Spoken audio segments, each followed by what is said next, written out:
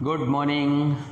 मैं आशा करता हूं कि आप सब बहुत कुशल मंगल हैं और नव दुर्गा की इस पावन पर्व पर मैं बहुत दिन बाद वीडियो बना रहा हूं। आप सबको जय माता दी। जय माता दी के साथ मैं इस चैप्टर को स्टार्ट करता हूं। आज का जो चैप्टर है सामने स्क्रीन पे लिखा है सदिश विश्लेषण, ठीक है, वेक्टर एनालिसिस। सदिश विश्लेषण पढ़ाने से पहले हमें थोड़ी बहुत जानकारी होना चाहिए मैग्नीट्यूड का और डायरेक्शन का। मैग्नीट्यूड मतलब परिमाण, मैग्नीट्यूड मतलब परिमाण, और डायरेक्शन आप जानते हो किसी की दिशा बताने के लिए होता है। अब समस्या हमारे पास ये है कि परिमाण तो था, जैसे एग्जाम्पल के लिए किसी ने कहा मेरा वजन 10 किलोग्राम है, ठीक है। किसी ने कहा इस पेड़ की लंबाई 15 मीटर है, ठीक है। अच्छा, घड़ी में समय हो गया है, अरे घड़ी में समय हो गया 11:20, ये परिमाण है। मेरी बात समझिएगा, है ना। जैसे आप सब और बहुत सारी चीज़ें, मेरे पास 10 रुपया है ना, 100 रुपया है, ये सब क्या है? परिमाण है। बात समझ रहे होंगे आप लोग। परिमाण को अंग्रेजी में बोलते हैं मैग्नीट्यूड, ठीक है। अब परिमाण मैग्नीट्यूड शब्द तो हमने क्लियर कर लिया कि भाई सिंपल मान जो होता है किसी भी भौतिक राशि का वही है परिमाण। अब दिशा की जरूरत क्या पड़ गई? तो दिशा बताने से पहले आपको ये मालूम होना चाहिए कि हमारे भौतिक राशि में 7 मूल राशियां होती हैं, 7 फंडामेंटल क्वांटिटी होती हैं, सबको पहले से मालूम है, ये पहले भी हमने पढ़ा रखा है। तो जिसमें से हर एक भौतिक राशि के मान होते हैं, परिमाण होते हैं। आप सबको भौतिक राशियों का नाम मालूम है ना। मैं इधर स्क्रीन पे लिख देता हूँ, एक एक करके आप लोग इसको स्टडी कर लीजिए। क्लियर है? ये देखिए सामने स्क्रीन पे दिख रहा है। अब इन भौतिक राशियों को हमने एग्जाम्पल के लिए कहा कि जैसे एक विमी गति है। एक विमी गति का मतलब है जिसमें एक ही रेखा है, समझ गई। जैसे ये मान लीजिए कि ये एक्स एक्सिस है सपोज, तो एक्स एक्सिस में किसी राशि को व्यक्त करना है ना। एक जैसे मैंने कहा कि सपोज एक बस जो है, इस डायरेक्शन में चल रही है, क्लियर। तो जा करके यहाँ से ए से बी पर पहुँच गई, ठीक है, पहुंच गई। तो यहाँ पर हमें दिशा की बताने की जरूरत नहीं, क्योंकि वो दिशा ऑलरेडी एक ही एक्सिस है, बदल ही नहीं रहा है। समझ रहे हो मेरी बात? तो इस स्थिति में दिशा निश्चित है कि भाई वो एक्स एक्सिस में ही जा रही है, तो दिशा की जरूरत नहीं पड़ी। अब ए से बी कितना चला, जैसे इसने कहा 10 किलोमीटर चला, ये 10 किलोमीटर परिमाण है, अंग्रेजी में मैग्नीट्यूड। क्लियर है मेरी बात? परिमाण और मैग्नीट्यूड आप सबको क्लियर हो रहा है। तो परिमाण तो हम लोग क्लियर कर लिए सर, अब हमको दिशा की जरूरत पड़ती। तो यहाँ हमने अभी बोला कि अगर एक विमी गति है, ये देखो ना एक ही दिशा में है, तो दिशा बताने की कोई आवश्यकता नहीं है, कोई ज़रूरत नहीं है दिशा बताने की, उतने में ही काम चल जा रहा है, परिमाण से ही चल रहा है। तो फिर जरूरत क्या पड़ गई? तो जरूरत पड़ गई जब द्विविमी गति हो या त्रिविमी गति हो, मतलब जब कोई भी वस्तु किसी समतल में गति करे, किसी आकाश में गति करे, है ना। तो ऐसी स्थितियों में देखो भाई, मेरे समझो तल में चल रहा है तो एक्स भी चल सकता है, वाई भी चल सकता है, दो दिशाओं में चल सकता है। तो जब एक्स और वाई दोनों दिशाओं में चल सकता है तो फिर इस दौरान दिशा तो बदल गई ना, दिशा बदल गई। नहीं एक्स चला गया कि सर वाई चला गया, कहाँ चला गया आप क्वेश्चन कर सकते हो ना। तो अगर आकाश मुड़ रहा है तो सर किधर जा रहा है? ऊपर जा रहा है, नीचे जा रहा है, पूर्व की ओर जा रहा है, पश्चिम की जा रहा है, आप डाउन कुछ भी कर सकते हो। तो देयर आर मेनी वे, आपको ये बहुत सारे तरीके बताने पड़ जाएंगे कि सर एक्स में जा रहा है, कि वाई में जा रहा है, कि जेड में जा रहा है, विभिन्न दिशाओं में गति कर रहा है। तो परिमाण तो हम डिस्कस कर लेंगे, बहुत सारे तरीके हैं, पर दिशा बताना पड़ जाता है, दिशा आवश्यक हो जाती है। तो यानी आपको एक चीज़ का क्लियर हो गया कि अगर एक विमी गति है तो उसमें परिमाण के साथ दिशा बताने की कोई ज़रूरत नहीं पड़ती है। लेकिन जब द्विविमी गति है या त्रिविमी गति है, राइट है ना, उस दौरान परिमाण के साथ दिशा को भी बताना बहुत महत्वपूर्ण होता है। चलिए परिमाण दिशा के बारे में हम लोग आगे भी चर्चा करते हैं। तो भौतिक राशियों का जो वर्गीकरण हुआ इन्हीं आधारों पर हुआ। भाई बंटवारा किस आधार पर होता है? जब आवश्यकता हुई भाई ये ऐसी है, ये ऐसी है, हाँ तो मुझे इस आधार पर बांटना है, नहीं इस आधार पर बांटना है। तो भौतिक राशियों को 2 वर्गों में बांटा गया, 2 वर्गों में बांटा गया। एक राशि का नाम दे दिया जिसमें दिशा की कोई जरूरत नहीं है, अदिश। एक जिसमें दिशा की भी जरूरत है, मतलब सदिश। दिशा की भी जरूरत है। शब्दों को पकड़िएगा मैं क्या बोलना चाह रहा हूं। दिशा की भी मतलब परिमाण रहा होगा तब ना। अच्छा परिमाण रहा होगा तब दिशा जरूरत पड़ेगी तो सदिश। तो इस आधार पे भौतिक राशियों को दो वर्गों में क्या किया गया, बांटा गया। तो यानी सबसे पहले तो भौतिक राशियों को क्या कहा जाएगा कि पहली परिभाषा सर आप भौतिक राशि की बताइए। तो देखो भौतिक राशि की परिभाषा आप लोगों को ऐसे मैं बोल देता हूं कि जिन राशियों को आसानी से मापा जा सके, व्युत्पन्न किया जा सके, ऐसी राशियों को भौतिक राशि कहते हैं। क्लियर है? आई थिंक आप वीडियो पॉज करके लिख लोगे। फिर उसके बाद क्या बताओगे, अंग्रेजी में कहते हैं भौतिक राशि को physical quantity. Those quantity which can measure easily, जिन राशियों को आसानी से मेजर किया जा सकता, मापा जा सकता है, उन्हें फिजिकल क्वांटिटी कहते हैं, भौतिक राशि कहते हैं। ठीक है। अब भौतिक राशि का वर्गीकरण आपने कहा, तो भौतिक राशि का वर्गीकरण दो प्रकार से किया जा सकता है। एक तो अभी आपने कहा अदिश राशि और एक अभी आपने कहा सदिश राशि। यानी भौतिक राशियाँ कितने प्रकार की हो गई, दो प्रकार की सर, एक अदिश राशि और एक सदिश राशि। Very nice. तो चलिए अब सर अदिश राशि को भी समझाइए और सदिश राशि को भी समझाइए। ठीक है बेटा, अदिश राशि को भी समझाते हैं और सदिश राशि को भी समझाते हैं। अब थोड़ा हम अदिश को आपको बता दूं, अंग्रेजी में बोलते हैं स्केलर क्वांटिटी। क्या कहते हैं बेटा, स्केलर क्वांटिटी। अदिश हिंदी वाले जो होते हैं वो इसका संधि विच्छेद कर लेंगे। मतलब नहीं, अदिश दिशा, जिसमें दिशा नहीं है ऐसी राशि अदिश हो गई।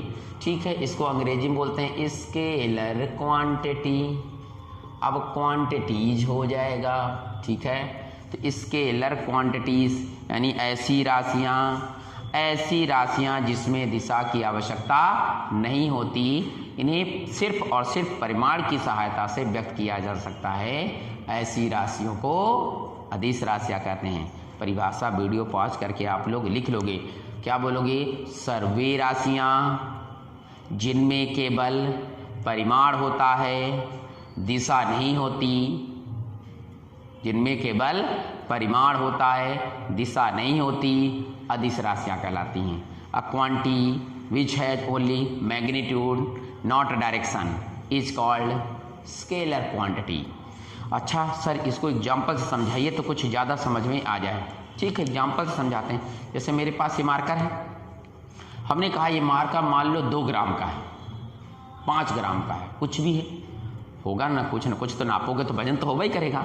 हाँ सर, तो अगर मैं कहूँ कि इसका द्रव्यमान जो है मान लो 2 ग्राम का है, तो क्या बताइए इसमें दिशा बताने की जरूरत है? नहीं ना, सिर्फ इसका परिमाण बताने से ही पर्याप्त हो रही है। इसलिए ऐसी राशि को क्या कहेंगे, बोलो अदिश राशि कहते हैं। जैसे लंबाई, बोलो लंबाई, लिख लो कापी में, लंबाई, आयतन, द्रव्यमान, घनत्व, समय, ऐसी राशियां हैं जिन्हें दिशा बताने की कोई आवश्यकता नहीं होती। मेरी बात सबको समझ में आ रही होगी, है ना? मुस्कुराइए नहीं और इस सब चीज़ों को लिखिए। और बहुत सारी एग्जाम्पल बताइए सर। चलिए लिखनी, विद्युत विभव, हाँ सर विद्युत विभव, प्रतिरोध, हाँ प्रतिरोध, ठीक है, आवेश, हाँ आवेश, ताप, हाँ ताप, विशिष्ट प्रतिरोध, हाँ विशिष्ट प्रतिरोध, विशिष्ट उष्मा, ये सब ऐसी राशियां हैं जिन्हें दिशा की कोई आवश्यकता नहीं होती है। बहुत सारे और भी एग्जाम्पल हैं। लेकिन आजकल जो है, जो पढ़ाने वाले टीचर गण हैं, शिक्षक गण हैं, वो समस्त आजकल बहुत शॉर्टकट करने लगे हैं। जैसे एस के पाठक लिख रहता हूँ, इनका पूरा नाम है लेकिन शॉर्टकट में एस के पाठक चलता है। सर यहाँ रीवा में ढूंढते हैं तो मेरा ओरिजिनल नाम नहीं जानते लोग, एस के पाठक से ही ढूंढ लेते हैं।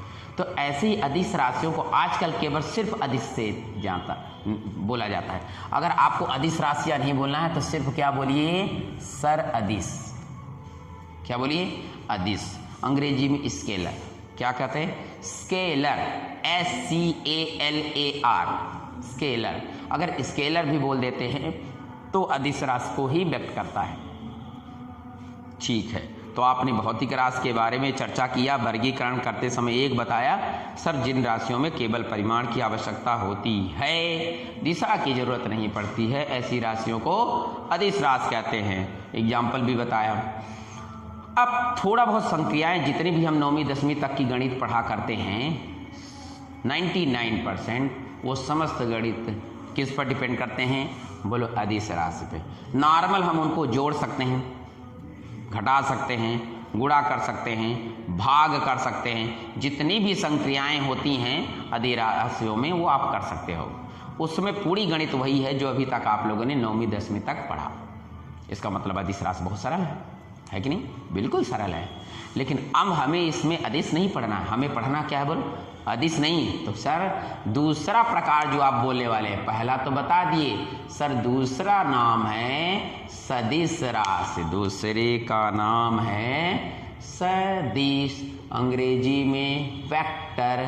तो अभी बोला ना सदिश राशियां, अंग्रेजी में बोलो क्या सर? Vector quantities. चलिए वेक्टर क्वांटिटीज, इसका संधि विच्छेद करिए। संधि विच्छेद, सधन दिश, सधन दिश अर्थात जिन राशियों को व्यक्त करने के लिए परिमाण के साथ दिशा की आवश्यकता पड़ती है, उन राशियों को सदिश राशियां कहते हैं। मतलब a quantity which need magnitude and direction both, that is vector quantity. मतलब ऐसी राशियों को बोलो सदिश राशियां कहते हैं। सर एग्जाम्पल से समझाइए। ये तो नॉर्मल परिभाषा तो हम भी जानते हैं, चलो एग्जाम्पल से समझाते हैं। जैसे मैं एक एग्जाम्पल लेता हूँ, मान लो हमारे पास एक स्टिक है, इसका वजन मान लिया 100 ग्राम, ज़्यादा कम भी हो सकता है, अंदाजा है कर रहा हूँ। तो 100 ग्राम है। अगर मैं इस पर कहूँ तो ये छोड़ूँ तो इसको पृथ्वी अपनी ओर क्या करे? खींच रही है। शब्द को सुनिएगा, पृथ्वी अपनी ओर खींच रही है। तो पृथ्वी किधर खींच रही है? इसको छोड़ोगे तो किधर जाएगा बोलो? ऊपर नीचे पूर्व पश्चिम उत्तर दक्षिण कहीं जाएगा? सर हाँ सर, नीचे जाएगा। आप बता रहे हो, देखो तुम लोग खुद बोल रहे हो किधर जाएगा? नीचे जाएगा। मतलब इसकी डायरेक्शन तुमने निश्चित कर दिया। सर इसकी डायरेक्शन है नीचे की ओर। सर ये नीचे आएगा। तो देखा आपने, दिशा निश्चित कर दिया, दिशा निश्चित कर दिया। यानी इस वस्तु को अगर मैं स्टिक बोला था, ये स्टिक का कोई भार है, क्या यूज किया बोलो? भार, है ना? अंग्रेजी में क्या कहेंगे? वेट। तो वेट कुछ भी तो होगा ना? Yes sir. तो जो वेट है उसका जो वैल्यू है वो है परिमाण, और जो देख रहे हो किधर जा रहा है वो है उसकी दिशा। तो मतलब इनको व्यक्त करने के लिए परिमाण की भी आवश्यकता पड़ेगी, दिशा नहीं। समझ में आया सर? थोड़ा और अच्छे से समझाइए, ये बिल्कुल समझ में नहीं आया। कुछ और तरीका है? बिल्कुल तरीका है, बिल्कुल तरीका है भाई। मेरे एग्जाम्पल को आप समझिए कि जैसे मान लो कि यहाँ पर ये कोई एक लड़का है जिसका नाम है मान लो ए। कोई समस्या वाली बात? अब सर इसमें कौन सी समस्या? एक लड़का और है, मान लो इसका नाम दे दिया बोलो बी। समझ रहे हो ना? ये वोडाफोन वाले जो है कार्टून वाले हैं, समझिएगा, ये मेरा कहने का मतलब है। अब मान लो इसने इसको इधर पुश किया, धक्का मारा, तो भैया मेरे धक्का जिधर मारेगा ये वस्तु या ये आदमी या जानवर या कुछ भी इस तरफ जा करके गिरेगा, तो कुछ बल लगाएगा ना? हाँ सर, परिमाण 2 न्यूटन का, 10 न्यूटन का। तो जो 10 न्यूटन का बल लगाया सर ये है बोलो परिमाण, सर इंग्लिश में मैग्नीट्यूड। और जिस तरफ ये जा रहा है ये है उसकी दिशा। तो मतलब बल एक कैसी राशि हो गई? सदिश राशि हो गई। सदिश राशि हो गई यानी उसमें आपको दिशा भी बताना पड़ गया और परिमाण तो बताना ही पड़ा। कुछ और एग्जाम्पल से एक्सप्लेन कीजिए। चलिए कुछ और भी एग्जाम्पल हमारे पास हैं, इनको भी हम लोग चर्चा करते हैं। बहुत सारी राशियां बेटा, जैसे आप लोगों को मालूम होना चाहिए विस्थापन। बोलो विस्थापन, विस्थापन। अच्छा विस्थापन कैसे? चलो अभी हम डिस्कस करते हैं। वेग, अच्छा वेग भी सदिश राशि। हाँ और क्या? चाल नहीं, चाल एक अदिश राशि है। वेग क्या बोलो? सदिश राशि है। वेग में दिशा भी बताना पड़ता है। अच्छा कोई और एग्जाम्पल? त्वरण, त्वरण बोलो क्या है? त्वरण भी सदिश राशि है। संवेग, अच्छा संवेग भी है। हाँ बल आगुण, हाँ बल आगुण भी, लेकिन कार्य नहीं। कार्य और बल आगुण का सूत्र लगभग एक ही जैसा होता है। कार्य बल गुणे विस्थापन, कार्य बल गुणे विस्थापन, बल आघूर्ण बल गुणे विस्थापन। अरे सर तो फिर क्या होगा? कन्फ्यूजन हो जाएगा। वो तो डिस्कस हम बाद में चर्चा करेंगे, पहले अभी समझिए। कार्य कैसी राशि है? अदिश राशि है। लेकिन बल आघूर्ण कैसी राशि है? सदिश राशि है। मतलब बल आघूर्ण में दिशा भी बताना पड़ेगा, परिमाण भी बताना पड़ेगा। कार्य में सिर्फ और सिर्फ परिमाण बताना पड़ेगा, दिशा की कोई ज़रूरत नहीं है। थोड़ी थोड़ी बात समझ में आ रही। अच्छा, ये तो सोचने वाली बात है। परिमाण भी होगा तो दिशा भी होगा, तब वो सदिश राशि है। जिसमें सिर्फ परिमाण होगा वो क्या है? अदिश राशि होगी। थोड़ी थोड़ी अंतर तो समझ में आ रहा होगा। अच्छा, थोड़ा और अच्छे से चलते हैं, तो फिर और आगे चलते हैं। तो इनका मतलब इनकी खुद की गणित होगी। भाई अगर आप सोचो, मेरी बात को समझो कि परिमाण, नॉर्मल परिमाण जोड़ घटाना तो चल सकता था, लेकिन अगर कोई व्यक्ति पूर्व जा रहा है, फिर कोई व्यक्ति पश्चिम जा रहा है, या कोई उत्तर जा रहा है, तो ये किधर जा रहा है, इस दौरान ये एक्स एक्सिस वाई एक्सिस में दिशा बताना थोड़ा सा कन्फ्यूजन वाला हो जाएगा। इसका मतलब ये है कि इनको जोड़ने, घटाने, गुणा या भाग के लिए इनकी खुद की अलग गणित चलती है। इनकी खुद की अलग गणित चलती है। वो वाली गणित नहीं चलेगी जो पहले अभी तक आप लोग 8वीं 9वीं 10वीं तक पढ़ते आए हो। इसका मतलब सदिश राशि को समझने के लिए बहुत जरूरी है, क्योंकि इनकी खुद की गणित चलती है। अच्छा, इसको समझाने से पहले एक बात और चर्चा कर देते हैं। बेटा क्या बोलो? क्या तो बोलो ये कि बेटा ये जो क्षेत्रफल है, थोड़ा हम क्षेत्रफल बता दें, क्योंकि जो 12वीं में पढ़ाते हैं तो मैं देखा हूँ कि बहुत सारे बच्चे कंफ्यूज होते हैं। तो आपको बता दूं कि क्षेत्रफल बेटा क्या है? क्षेत्रफल एक सदिश राशि है। क्षेत्रफल क्या है? क्षेत्रफल, ये मैं ताकि 12वीं के बच्चों को जरूर काम आए, है ना बेटा। ये जो क्षेत्रफल एरिया कहलाता है, ये एक सदिश राशि। जैसे ये मान लो एग्जाम्पल के लिए मैं एक्सप्लेन करने के लिए, ये कोई प्लेन बनाया, समतल बनाया, तो ये इसकी लंबाई हो गई, ये इसकी चौड़ाई हुई। लंबाई गुणे चौड़ाई जो निकालोगे वो क्षेत्रफल निकलेगा, यानी वो क्या हो जाएगा बेटा? परिमाण हो जाएगा सर। लंबाई गुणे चौड़ाई जो करेंगे वो क्या निकल जाएगा? यस, परिमाण। ठीक है। अब इसकी दो दिशा होगी बेटा, जैसे एग्जाम्पल के लिए, तो इसकी दिशा बिल्कुल ऐसे होगी। This is what? Area vector. Direction of क्या? Area vector. हालांकि ये डिपेंड करता है किधर से किधर टर्न होता है, ये भी हम डिस्कस करेंगे। जैसे एग्जांपल के लिए हम आपसे ये कहें, जैसे हमारा ये हाथ है, यू कैन सी, तो अगर ये लेंथ, ये ब्रीथ है, तो दिस इज व्हाट? ये जो मार्कर है, this is direction of area vector. Direction of क्या? Area vector. मेरी बात समझने की कोशिश कीजिएगा। तो इसका मतलब है कि ये हो गया डायरेक्शन ऑफ क्या? Area vector. तो ये 12वीं में आएगा। तो आपसे अगर कोई पूछे क्षेत्रफल के बारे में क्या कहना है? सर क्षेत्रफल एक सदिश राशि है। बोलो हाँ, क्षेत्रफल एक सदिश राशि। मुझे वीडियो से सुनाई नहीं देगा, लेकिन मैं आशा करता हूँ कि आप लोग पढ़ रहे हैं। अच्छा सर, आप एक एग्जाम्पल और बताइए, विद्युत धारा के बारे में क्या कहना है? चलो मैं विद्युत धारा के बारे में भी चर्चा करता हूँ। विद्युत धारा में तो आप लोग जो है अक्सर पढ़ाते समय 10वीं में बोलते थे कि सर उसमें परिमाण भी होता है और उसमें बोलो दिशा भी होता है। हाँ, यू आर राइट, परिमाण भी होता है और दिशा भी होता है। जैसे मैंने कहा 2 एम्पियर की धारा प्रवाहित हो रही है, तो देखो एरो का साइन व्यक्त करना पड़ा, ये डायरेक्शन भी बताना पड़ा, और ये देखो इसकी मैग्नीट्यूड भी बताना पड़ा, परिमाण दिशा।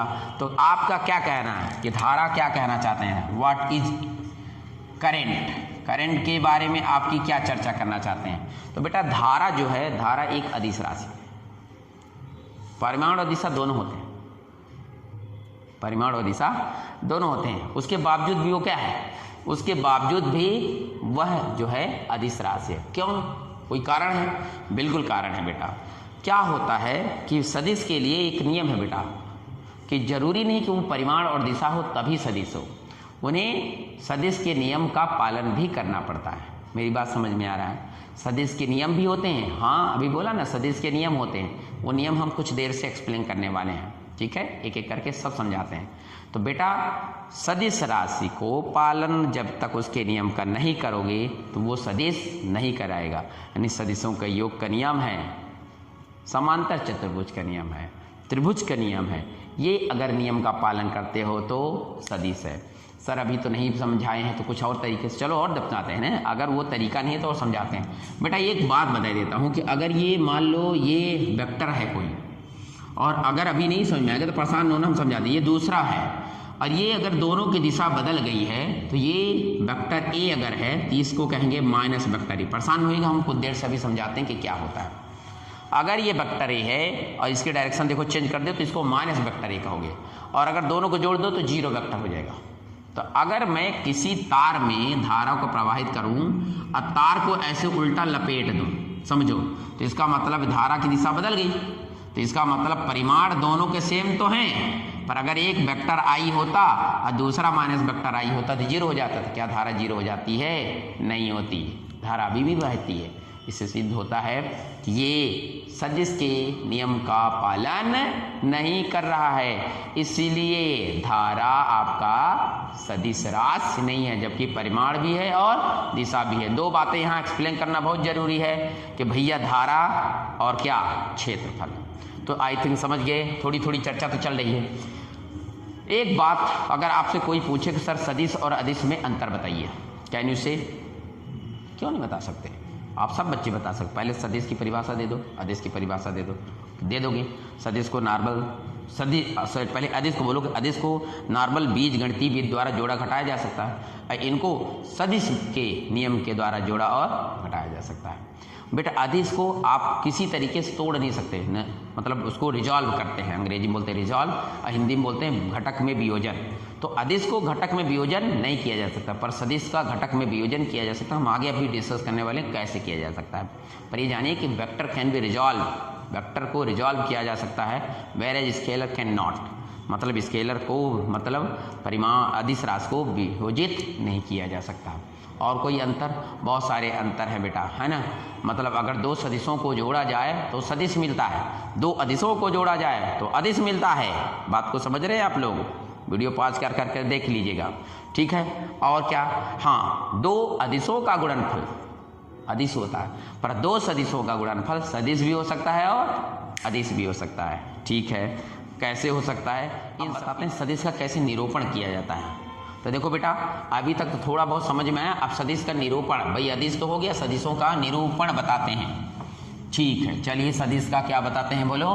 सदिश का निरूपण, निरूपण निरूपण अंग्रेजी सर रिप्रेजेंटेशन। बेटा how to represent vector, vector को कैसे पहचानेंगे कि ये वेक्टर ही है ना। वेक्टर को कैसे प्रदर्शित करें? तो बेटा वेक्टर को प्रदर्शित करने के लिए हमारे पास बहुत सिंपल सी राशि है। पहले तो परिभाषा में जाओगे, सगली कहानी क्लियर हो जाएगी। तुमने कहा कि सर सदिश राशि में परिमाण और दिशा होती है, तो जितना परिमाण है लगभग उसको एक मान लो उतनी रेखा है। हालांकि उतनी लंबाई कागज में ना पूछेगा, पर एक अप्रॉक्स मान लेते हैं हम लोग कि जैसे मान लो कि ये यहाँ से यहाँ गया 10 किलोमीटर, तो ये उसका क्या होगा बोलो? परिमाण। क्या हो गया? परिमाण। और बस इसके आगे ऐसे एरो का साइन पुट कर दो, तीर का चिन्ह लगा दो, तो ये बताएगा कि ये ए से बी की ओर जा रहा है, तो दिशा। तो इसको व्यक्त करने का तरीका ये है कि पहले उतने लंबाई का एक रेखाखंड खींच दीजिए, तो परिमाण मिल गया, और जिस हर जा रहा उसकी तरफ एरो लगा दो तो दिशा मिल गया। तो इसका मतलब इसमें दोनों चीज हो गई सर, परिमाण भी हो गया, रेखाखंड खींच के एरो का चिन्ह लगा दिया, दिशा लगा के। तो this is representation of vector. ये वेक्टर को प्रदर्शित करने का तरीका है।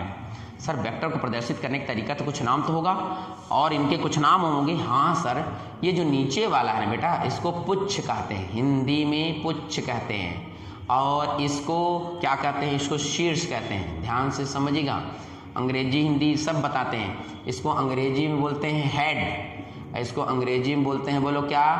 Tell, head tail. क्लियर है? इसको शीर्ष कहते हैं, पुच्छ कहते हैं, या इसको एक नया और नाम है पाद बिंदु कहते हैं, पाद बिंदु कहते हैं। समझ में आया?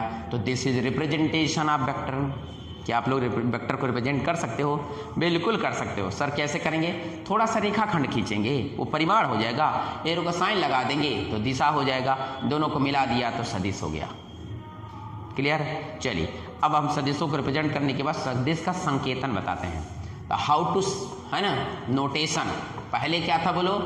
पहले था सर रिप्रेजेंटेशन, अब क्या है बोलो? संकेतन। तो संकेतन कैसे होता है? संकेतन, ठीक है, चलिए संकेतन के बारे में बढ़ते हैं। तो संकेतन को नोटेशन कहते हैं अंग्रेजी में। इसको नोटेशन करने के लिए हमारे पास तीन तरीके। Very good.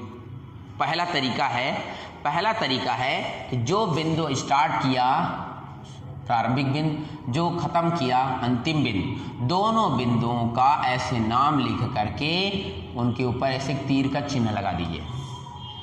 क्या बोला मैंने, जिससे स्टार्ट किया, प्रारंभिक बोलते हैं, क्या बोलते हैं बोलो, प्रारंभिक बिंदु और अंतिम बिंदु को लिख करके उसके ऊपर तीर का चिन्ह व्यक्त लगा दीजिए, ये सदिश हो गया। इसको पढ़ेंगे वेक्टर ए बी, सदिश ए बी। बोलो क्या पढ़ोगे, हाँ वेक्टर ए बी या सदिश ए बी। क्लियर है, मेरी बात समझ में आ रहा है? यस सर, बिल्कुल समझ में आ रहा है सर। तरीका नंबर दूसरा बताइए। तरीका नंबर दूसरा बेटा ये है कि हम क्या करेंगे, ए कोई भी सिंपल नाम दे दो, वेक्टर ए दे दो और उसके ऊपर तीर का चिन्ह लगा दो। ये भी एक ही नाम से दे सकते हो, इसको स्मॉल लेटर में भी लिख सकते हो और कैपिटल में भी। अच्छा, मतलब ऐसे vector A, vector B, vector C, चाहो तो जितने तरीके से लिख दो। स्मॉल में लिखोगे तो क्या, vector A, vector B, vector C, ऐसे आप जितना चाहो तरीकों से लिख सकते हो। ये सदिश का तरीका है व्यक्त करने का। थोड़ी बात समझने की कोशिश किया, बन जाएगा। कोई और तरीका है? हाँ बिल्कुल तरीका है, तरीकों की कमी नहीं है। अगर आप नहीं लिखना चाहते हो तो एक सिंपल आप लेटर लिखो ए और उसको ओवर राइट कर दो। ओवर राइट समझते हो, मोटा कर दो, बोल्ड कर दो, है ना, तो ये भी वेक्टर कहलाएगा। अच्छा, और हाँ ऐसे लिखो, ओवर राइट कर दो, खूब मोटा तगड़ा कर दीजिए, तो ये क्या बन जाएगा, मोटा तगड़ा करने से वेक्टर बन जाएगा। अच्छा, मोटा तगड़ा करने से वेक्टर बन जाता है। तो ये देयर आर थ्री मेथड्स, मतलब प्रारंभिक बिंदु अंतिम बिंदु लिख करके ऊपर का तीर का चिन्ह लगा दीजिए। This is first method. Simple sir, एक एक नाम लिख करके उस पर एरो का साइन पुट कर दीजिए। सेकेंड मेथड, आजकल इनकी दोनों की स्टाइल बदल गई है। आजकल सिंपल ऐसे लिख देते हैं, ए के ऊपर एक लाइन खींच दिया, बी के ऊपर लाइन खींच दिया। से यार समय बहुत बढ़ गया बेटा, एडवांस हो गए, पता है ना। जैसे हम एस.के. पाठक लिखते हैं तो एस.के. पाठक शॉर्टकट नेम होंगे, क्लियर है, ऐसे शॉर्टकट में लिख दिया। अच्छा, ABC ये तो एक कठिन काम है, ये कठिन काम है, क्योंकि पहली बात तो आप एक लेटर लिखो, फिर लेटर लिखने के बाद उसको खूब क्रिएट करो। हाँ, जब मोटा हो जाए तो उसे वेक्टर ही कहेंगे, यानी ये एक इनकन्वीनियंट मेथड है, यानी ये एक असुविधाजनक तरीका है। तो ये तरीका आपको पसंद नहीं आएगी, परंतु अगर कोई पूछे तो ये भी एक सदिश का तरीका है। It is also notation of vector. Clear है? तो आई थिंक आप लोगों को समझ में आ जाएगा। नहीं आएगा तो बताइएगा कमेंट करके, हम आगे चलते हैं। पर सबसे ज़्यादा यूजफुल ये दोनों हैं। बोलो, बन जाएगा। एक तरीका ये, एक तरीका ये दोनों तरीका हम लोग पूरे फिजिक्स में यूज करेंगे, और जो बच्चा केमिस्ट्री मैथ लिया होगा वो 12वीं मैथमेटिक्स में भी उपयोग करेगा। चलिए अगला पॉइंट पढ़ते हैं। तो अगला पढ़ते हैं बेटा, ये अब ये सदिश हुआ, तो सदिश में परिमाण और दिशा कैसे निकालेंगे। तो चलिए हम एक एक करके शुरू करते हैं। हम अगर कोई सदिश दिया है तो उसका परिमाण निकालने का तरीका बताते हैं। अंग्रेजी में कहते हैं मापांक को, बोलो मॉडुलस ऑफ वेक्टर। तो देखो, अगर मुझे पता लगाना है कि इसका सदिश का मापांक, सदिश का मापांक, अच्छा मापांक, तो भाई इसको अंग्रेजी में क्या कहोगे सर? इसको कहोगे मॉड्यूलस ऑफ अ वेक्टर। किसी वेक्टर का क्या निकालना है? बोलो मॉड्यूलस। आजकल मॉड्यूलस को भी शॉर्टकट में बोलते हैं मॉड। क्या बोलते हैं? बोलो मॉड। तो कैसे लिखेंगे? अगर मैं कहूं कि यदि कोई सदिश वेक्टर ए हो, तो मान लो हमारे पास कोई सदिश है और वो क्या है? बोलो वेक्टर ए। तो उसका परिमाण या बोलो मापांक या लंबाई या मान क्या होगा? तो सर ऐसे लिखेंगे, वेक्टर ए के अगल बगल दो ठो डंडी खींच देंगे। अगल बगल डंडी खींचना कहलाता है मॉडुलस ऑफ वेक्टर या सदिश का मापांक। तो इसको आपको बता दूं, ये कोई अदिश राशि होगी। अब बेटा ये अगर मॉड लगाते हो तो ये हट जाएगा, सिंपल ए लिख सकते हो। बात समझिएगा, ये अदिश राशि, ये क्या बोलो? अदिश राशि। ये सिंपल वेक्टर ए का डंडी अगल बगल लगाया तो ए बन गया, यानी परिमाण मिल गया जी। अच्छा, परिमाण सर वही जो आपने 2 मिनट पहले बोला था कि जैसे 10 किलोग्राम या 15 मीटर। अच्छा हाँ वही, मतलब ये कोई मान होगा? हाँ बिल्कुल मान होगा, इसमें दिशा नहीं होगी। हाँ बिल्कुल दिशा नहीं होगी, यानी ये सिंपल मान है, परिमाण है। सिर्फ कोई संख्या है, इसमें दिशा बताने की जरूरत नहीं है। लेकिन ये सदिश ए का क्या है, सदिश ए का ये लिखा है, बोलो मापांक है, मॉडुलस है या परिमाण है। ठीक है, चलिए इसको और कोई सूत्र से समझाइए सर। चलो देखते हैं बेटा, जस्ट वेट, क्या ऊपर इरेज कर दें? चलो इरेज कर देते हैं।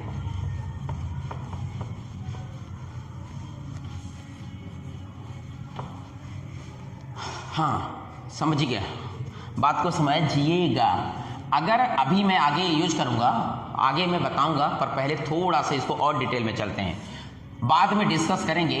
अगर मैं कहूं कि हमारे पास कोई सदिश है, मान लो वेक्टर ए बराबर एक्स कैप आई प्लस वाई कैप जे प्लस जेड कैप के। अच्छा ये आई जे के क्या है, थोड़ा वेट कीजिए बेटा, मैं डिस्कस करता हूँ, लेकिन पहले समझिए। मान लो कि ये कोई सदिश है, ठीक है ना, ये तीनों अक्ष को व्यक्त करता है। ध्यान देना, आई जो है एक्स अक्ष को व्यक्त करता है, जे वाई अक्ष को व्यक्त करता है और के जेड अक्ष को व्यक्त करता है। I am just making a Hindi medium video, मतलब इसको सिर्फ हिंदी मीडियम का प्रयास कर रहे हैं, आप लोग समझने की कोशिश कीजिएगा।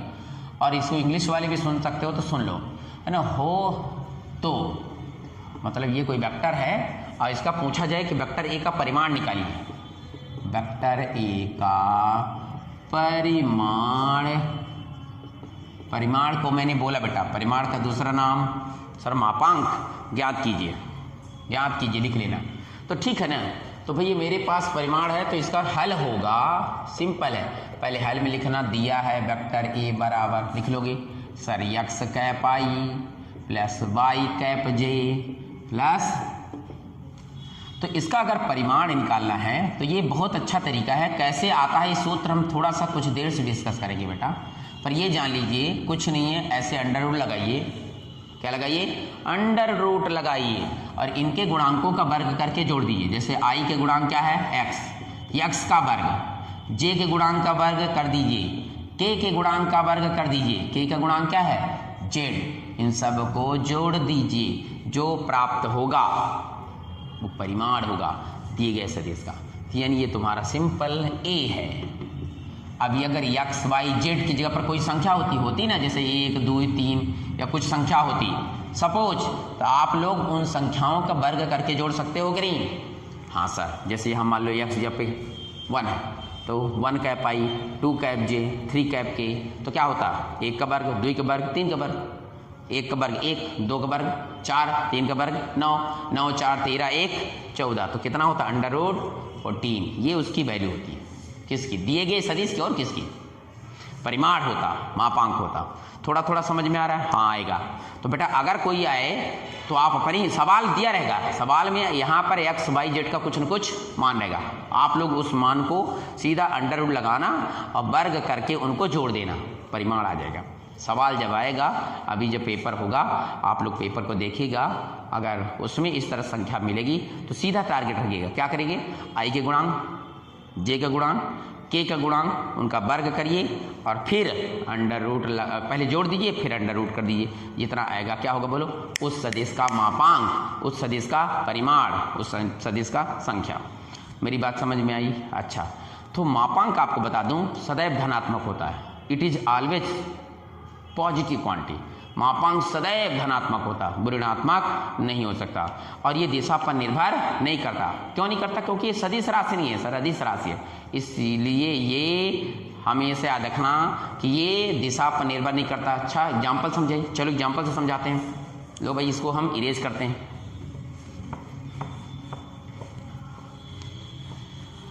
तो देखो भाई, परिमाण मापांक के बारे में से क्वेश्चन जरूर आएगा, समझना वाला। तो मैंने कहा अगर मान लो हमारे पास कोई है वेक्टर ओपी, ठीक है, तो वेक्टर ओपी का अगर कोई परिमाण निकाले, ठीक है, तो कुछ नहीं सर, वेक्टर ओपी लिखेंगे, अगल बगल ऐसे डंडी लगा देंगे, तो मात्र ओपी हो गया, क्लियर है। और अगर पूछ देता वेक्टर पीओ, दिशा बदल दिया ना, ओ से पी गया था, पी से ओ गया, तो इसका भी परिमाण क्या होगा बेटा, तो कुछ नहीं सर, पीओ लिख के ऐसे वेक्टर लगा देंगे। अब ये पीओ लिख दो, तो बेटा अगर हम ओ से पी आए या पी से ओ जाए, क्या मान बराबर नहीं होगा, दूरी बदल जाएगी। हाँ अगर दिशा अगर अलग अलग हो तो फिर बदल जाएगी, लेकिन अभी हमारे पास तो एक ही डायरेक्शन है, या सीधा ओ से पी जाए और या ओ पी से ओ आए, तुम यहाँ से घर जाओ, डायरेक्ट कोई मैथ मतलब घुमा घुमा के नहीं, उसी रास्ते से फिर लौट के आओ तो क्या दूरी बदल जाएगी? नहीं। तो इसलिए परिमाण तुम्हारा क्या हो गया, इसका दिशा पर निर्भर नहीं करता। थोड़ी थोड़ी बात समझ में आ रही होगी। चलिए और आगे चलते हैं। अब हम लेके चलते हैं बेटा तो सदिशों के प्रकार बताते हैं, क्योंकि इस वीडियो में हमें लगभग पूरा का पूरा प्रयास करना है कि जो है कवर कर लेना सदिशों के प्रकार। तो बेटा सदिशों के प्रकार में एक एक करके थोड़ा थोड़ा डिस्कस करते हैं, फिर चलते हैं। सदिशों के प्रकार में हम लेते हैं, मान लो समान सदिश। पहला सदिश है समान सदिश, इंग्लिश में बोलेंगे इक्वल वेक्टर। तो बेटा ऐसा दो सदिश लीजिए जिनकी लंबाई बिल्कुल बराबर हो, मतलब परिमाण बराबर हो।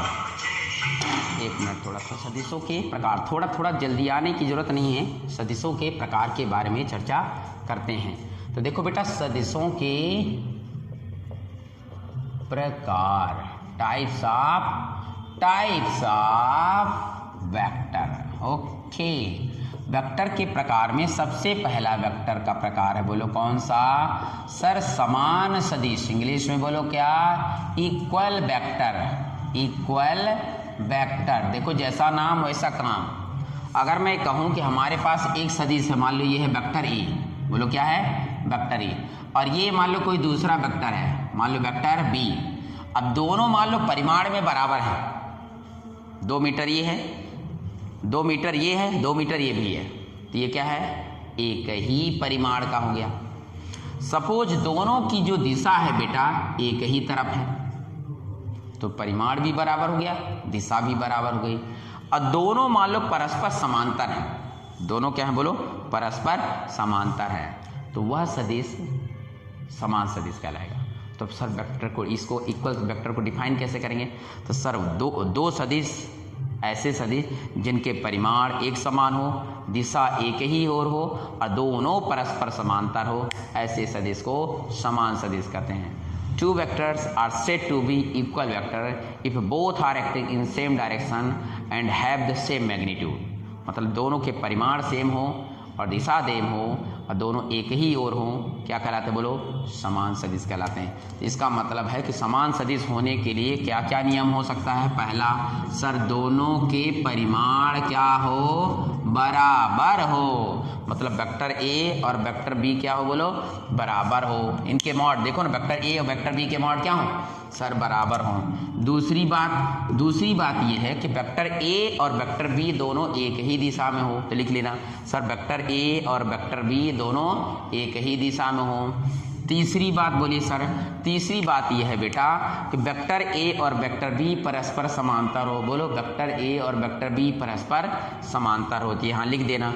अगर ये तीनों बातें हो जाए तो वेक्टर ए और वेक्टर बी बराबर है, इक्वल है, समान है, इसलिए इन्हें क्या कहते हैं बोलो? समान सदिश।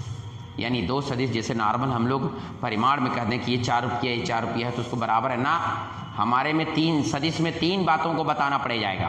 पहला परिमाण के बाद दूसरा नंबर दिशा और तीसरा दोनों समांतर होना जरूरी है, तब क्या कहलाएंगे बोलो? समान सदिश। अगर ऐसा नहीं है तो फिर समान सदिश नहीं कहलाएंगे। मेरी बात समझ में आएगी? चलिए और आगे देखते हैं, समान सदिश के आगे और देखते हैं। तो बेटा ये बन जाएगा, अगर आज से याद आया, जैसे कभी भी ऐसे दिखे तो जैसे मैंने एग्जाम्पल के लिए यहाँ पर एक वेक्टर एग्जाम्पल के लिए मैंने एक खींच दिया ए बी, इसी के समांतर मैंने यहाँ खींच दिया, तो ये भी कहलाएगा वेक्टर ए बी। क्लियर है? Yes sir, yes sir. अगर इसका नाम मान लो तुमने दे दिया वेक्टर आर, तो इसको भी लिखोगे बोलो क्या? Vector R. क्यों? क्योंकि सर दोनों परिमाण में बराबर, दिशा में बराबर और समांतर है। जरूरी नहीं कि इसका नाम ए बी है तो इसका ए बी हो, सी डी भी दे सकते हो, लेकिन आर आर ही होगा, तो समान सदिश कहलाएंगे। थोड़ी थोड़ी बात समझ में आ रही है? बिल्कुल समझ में आ रही है और मैं आशा करता हूँ समझ में आता रहे। ठीक है, समान सदिश के बाद समान सदिश में क्या समझा? सर दोनों के परिमाण बराबर होना चाहिए, दोनों एक ही दिशा में कार्यरत होना चाहिए और दोनों परस्पर समांतर होना चाहिए, कहलाता है बोलो क्या? समान सदिश। अच्छा, तो चलिए दूसरे सदिश के पास चलते हैं। चलिए दूसरे सदिश में क्या आता है बोलो? असमान सदिश। असमान तो ठीक है, असमान तो बाद में पढ़ाएंगे, पहले इसको कहते हैं ऋण सदिश। बेटा कौन सी सदिश? ऋण सदिश। ऋण सदिश अंग्रेजी में बोलते हैं नेगेटिव वेक्टर, या इसका एक दूसरा नाम भी बेटा विपरीत सदिश। अच्छा, विपरीत तो संधि विच्छेद से लग रहा है कि दिशा अलग अलग होना चाहिए, ऋण का मतलब है माइनस होना चाहिए। हाँ चलिए, तो इसमें भी तुक्का दौड़ाते हैं। तुक्का नहीं है, बिल्कुल 100% श्योर है, राइट है। तो चलिए देखो बेटा, दो सदिश ऋण सदिश कहलाएंगे, अंग्रेजी में कहेगा बोलो क्या, नेगेटिव वेक्टर, या और क्या कहेंगे बोलो सर, विपरीत को अपोजिट वेक्टर, जगह नहीं लिख लीजिएगा, है ना। तो क्या कहेंगे, तो नेगेटिव वेक्टर और अपोजिट वेक्टर की परिभाषा क्या हो जाएगी बेटा, दो सदिश ऋण सदिश कहलाते हैं यदि दोनों परस्पर समांतर हों, परिमाण में बराबर हों, लेकिन दिशाएं विपरीत हों।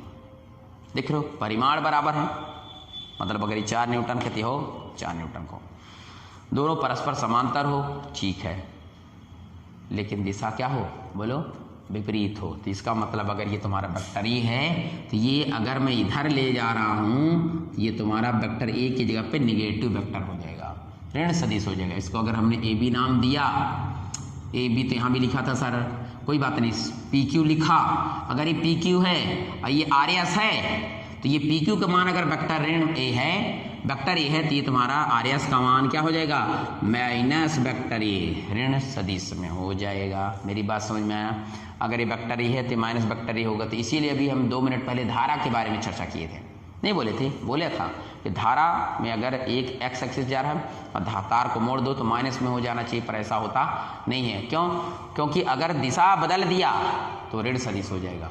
हाँ, शर्त है कि परिमाण बराबर होना चाहिए, दिशा विपरीत होना चाहिए, क्लियर है। तो परिमाण मतलब अगर ये 4 न्यूटन का है या 4 कोई भी क्वांटिटी है, तो ये भी 4 एक होना चाहिए, 3 है तो 3 होना चाहिए, 2 है तो 2 होना चाहिए, 5 है तो 5 होना चाहिए, परिमाण बराबर होना चाहिए, परस्पर समांतर होना चाहिए। ये नहीं कि सर ये इधर जा रहा है ये इधर जा रहा है तो सर ये ऋण सदिश है, नहीं, ना ये ऋण सदिश है ना ही समान सदिश है, क्लियर है मेरी बात। तो दोनों को बराबर होने के लिए, ऋण सदिश होने के लिए जरूरी क्या है, सिर्फ और सिर्फ दिशा विपरीत हो, परिमाण बराबर हो, परस्पर समांतर हो। और समान सदिश के लिए क्या है सर, परिमाण भी बराबर होना चाहिए, दिशा भी एक ही ओर होना चाहिए और परस्पर समांतर भी होना चाहिए। क्लियर हो गया बेटा, वेरी गुड, बहुत सही। तो ये कौन सा सदिश हो गया बोलो, ऋण सदिश। अब ऋण सदिश के बाद तीसरे नंबर पे चलते हैं। तीसरे नंबर में आता है, आपको बता दूं, यहां पर एकांक सदिश, जो ज़्यादा जरूरी है इसको बताना, फिर बाकी सदिशों की चर्चा हम बीच में करते रहेंगे। अंग्रेजी में कहते हैं बेटा यूनिट वेक्टर, क्या बोलते हैं बोलो, यूनिट वेक्टर। यूनिट वेक्टर की डेफिनेशन बताने से पहले आपको बता दूं कि ये जो होता है एरो का साइन और ये होता है कैप, दोनों में अंतर है। ये सिर्फ सदिश कहलाता है और ये कौन सा कहलाता है, यूनिट वेक्टर। अंग्रेजी में कहते थे, हिंदी में क्या बोलते हैं बोलो, एकांक सदिश। इसका मतलब है कि ये क्या है, सिर्फ और सिर्फ दिशा बताने के आता है। तो सर वह सदिश जिसका परिमाण इकाई हो उसे एकांक सदिश कहते हैं। बोलो सर, वह सदिश जिसका परिमाण इकाई हो, a vector whose magnitude is 1 is called unit vector. यानी हिंदी में आप समझिए, वह सदिश जिसका परिमाण क्या हो, एक हो, उसे क्या कहते हैं, एकांक सदिश। इसे हमेशा कैप आई से व्यक्त करते हैं। जैसे कोई भी लगाओगे, कोई भी नाम दोगे, उसके ऊपर ये टोपी लगा दोगे, इसको कैप भी बोलते हैं, कैरेट भी बोलते हैं। आजकल ये बहुत सारे नाम आते हैं, कैरेट है ना, कैरेट, कैरेट, और क्या नाम बोल सकते हो, कैप, और क्या नाम कर सकते हो, टोपी। तो टोपी तो हिंदी में होगी, पर हिंदी ना बोलना। और जैसे मान लो हमने कहा हमारे पास एक वेक्टर ए है, क्या बोलो, तो वेक्टर ए की दिशा में एकांक सदिश। अच्छा ध्यान से सुनना, इसमें मैंने शब्द यूज किया वेक्टर ए की दिशा में, मतलब हमको देखो शुरू में ही दिशा बताना पड़ा, तो ऐसे लिखेंगे कैप ए। क्या मेरी बात समझ में आ रही है, आ रही होगी, क्योंकि बेटा कैप लगा दोगे तो एकांक हो गया, लेकिन किसी भी सदिश को, सुनते जाना वाला, किसी भी सदिश को आपको व्यक्त करने के लिए, दिशा बताने के लिए इस तरह टोपी लगाना पड़ेगा, कैप। और दिशाएं आप लोग नॉर्मल जानते हो, X axis, Y axis, Z X, X अक्ष, वाई अक्ष, जेड अक्ष, मतलब नॉर्मल कितने हो सकते हैं, एक्स अक्ष, वाई अक्ष और बोलो जेड अक्ष। बोलो एक्स अक्ष, वाई अक्ष और जेड अक्ष। तो ये जो अक्ष होते हैं इनको हम लोग ऐसे लिखते हैं, ध्यान देना। ये हो गया, बोलो कौन सा, ये कौन सा, ये कौन सा। सर ये कैप आई से व्यक्त किया जाता है, सर ये कैप जे से व्यक्त किया जाता है, ये सब कैप के से, और ये मूल बिंदु, बोलो किससे, बोलो मूल बिंदु से। तो हमेशा याद रखिएगा एक्स अक्ष की दिशा कौन बताता है, कैप आई, वाई अक्ष की, जेड अक्ष की। सुनाई दिया। इसको बताने के लिए आपको एक चीज और बता दें कि इसका सूत्र होता है बेटा, ये जैसे वेक्टर ए की दिशा में एकांक सदिश से कोई पूछे सर इसका क्या सूत्र हो सकता है, बिल्कुल सूत्र होता है। क्या सूत्र होता है, देखो सूत्र होता है vector A divide by mod of vector A. ये सूत्र लिख लीजिए, काम आएगा। अभी जब न्यूमेरिकल क्वेश्चन करवाएंगे तो मैं पूछूंगा कि कैप ए है, बोलो क्या है कैप ए, तो आप ये सूत्र बताओगे sir vector A upon mod of vector A. अभी 2 मिनट पहले हमने इसका मापांक सदिश बताया है, याद है? हाँ सर बिल्कुल बताया है। अभी आपने इसका मापांक सदिश बताया है, अंडर रूट लगाएंगे, आई के गुणांक, जे के गुणांक, के गुणांक का वर्ग करके जोड़ दिया था। तो ये तुम्हारा क्या बन गया, बोलो एकांक सदिश का एक सूत्र बन गया। लेकिन ध्यान देना, क्या ध्यान देने वाली बात है, एकांक सदिश लिखने से पहले उस सदिश की दिशा को शो करना अनिवार्य है। जैसे मैंने कैप आई जैसे बोलूंगा तो तुरंत समझ जाओगे कि इधर है, बोलो सर एक्स अक्ष में, कैप जे बोलूंगा तो किधर, वाई अक्ष में।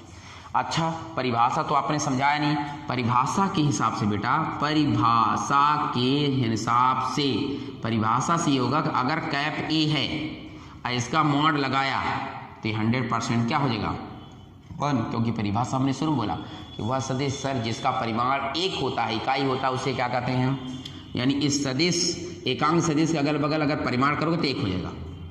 अर्थात अगर मैं चाहूँ क्या कि आई कैप है इसका भी मॉड करोगे तो क्या होगा, अगर जे कैप है इसका भी मॉड करोगे तो क्या होगा, के कैप है तो इसका भी मॉड क्या होगा। सर जितने भी सदिश हैं एकांक वाले उनका मापांक हमेशा क्या होगा, 1 ही होगा। चलिए समझा रहा है। तो हम लोग एक और टॉपिक डिस्कस करते हैं बेटा, क्या, सदिशों के योग का नियम। ठीक, सदिशों के योग का नियम बहुत जरूरी है। तो देखो बेटा ये बात तो समझ में आया, सदिशों के योग का नियम। देखो अभी आप लोगों ने बोला कि अदिश राशियों को नॉर्मल जो 9वीं 10वीं तक की गणित पढ़ते थे उन तरीकों से जोड़ा घटाया जा सकता है।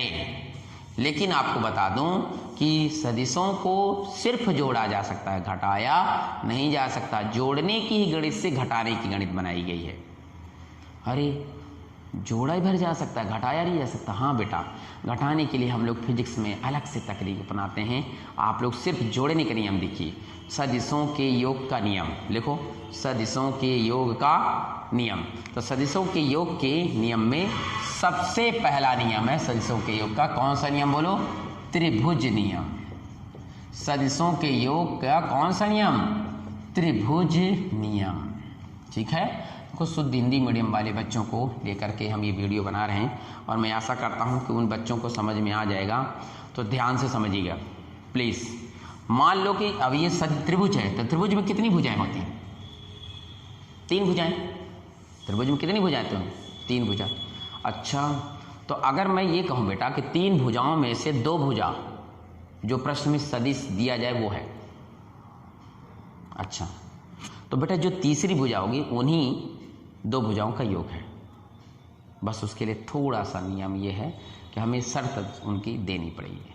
तो क्या शर्त है कि अगर 2 त्रिभुज हैं, सॉरी 1 त्रिभुज है और उसकी 2 भुजाओं को एक ही क्रम में, यदि 2 सदिशों को किसी त्रिभुज की 2 भुजाओं को परिमाण और दिशा में एक ही क्रम में व्यक्त किया जाए, समझिएगा भला, परिमाण और दिशा में एक ही क्रम में व्यक्त किया जाए। जैसे ये त्रिभुज की 2 भुजा हो गई, 2 भुजा हो गई और हमारे पास 2 सदिश हैं। एक सदिश का नाम वेक्टर ए है, एक सदिश का नाम मान लो वेक्टर बी है। इनको जोड़ना है, कोई बात नहीं। जोड़ने के लिए क्या करेंगे, इस सदिश को एक त्रिभुज के एक भुजा से व्यक्त कर देंगे और दूसरे वाले को दूसरी भुजा से व्यक्त कर देंगे। बस शर्त यह है कि दोनों एक ही क्रम में हो। तो जो ये तीसरी भुजा होती है बेटा, यही है परिमाण, यही है परिणामी सदिश।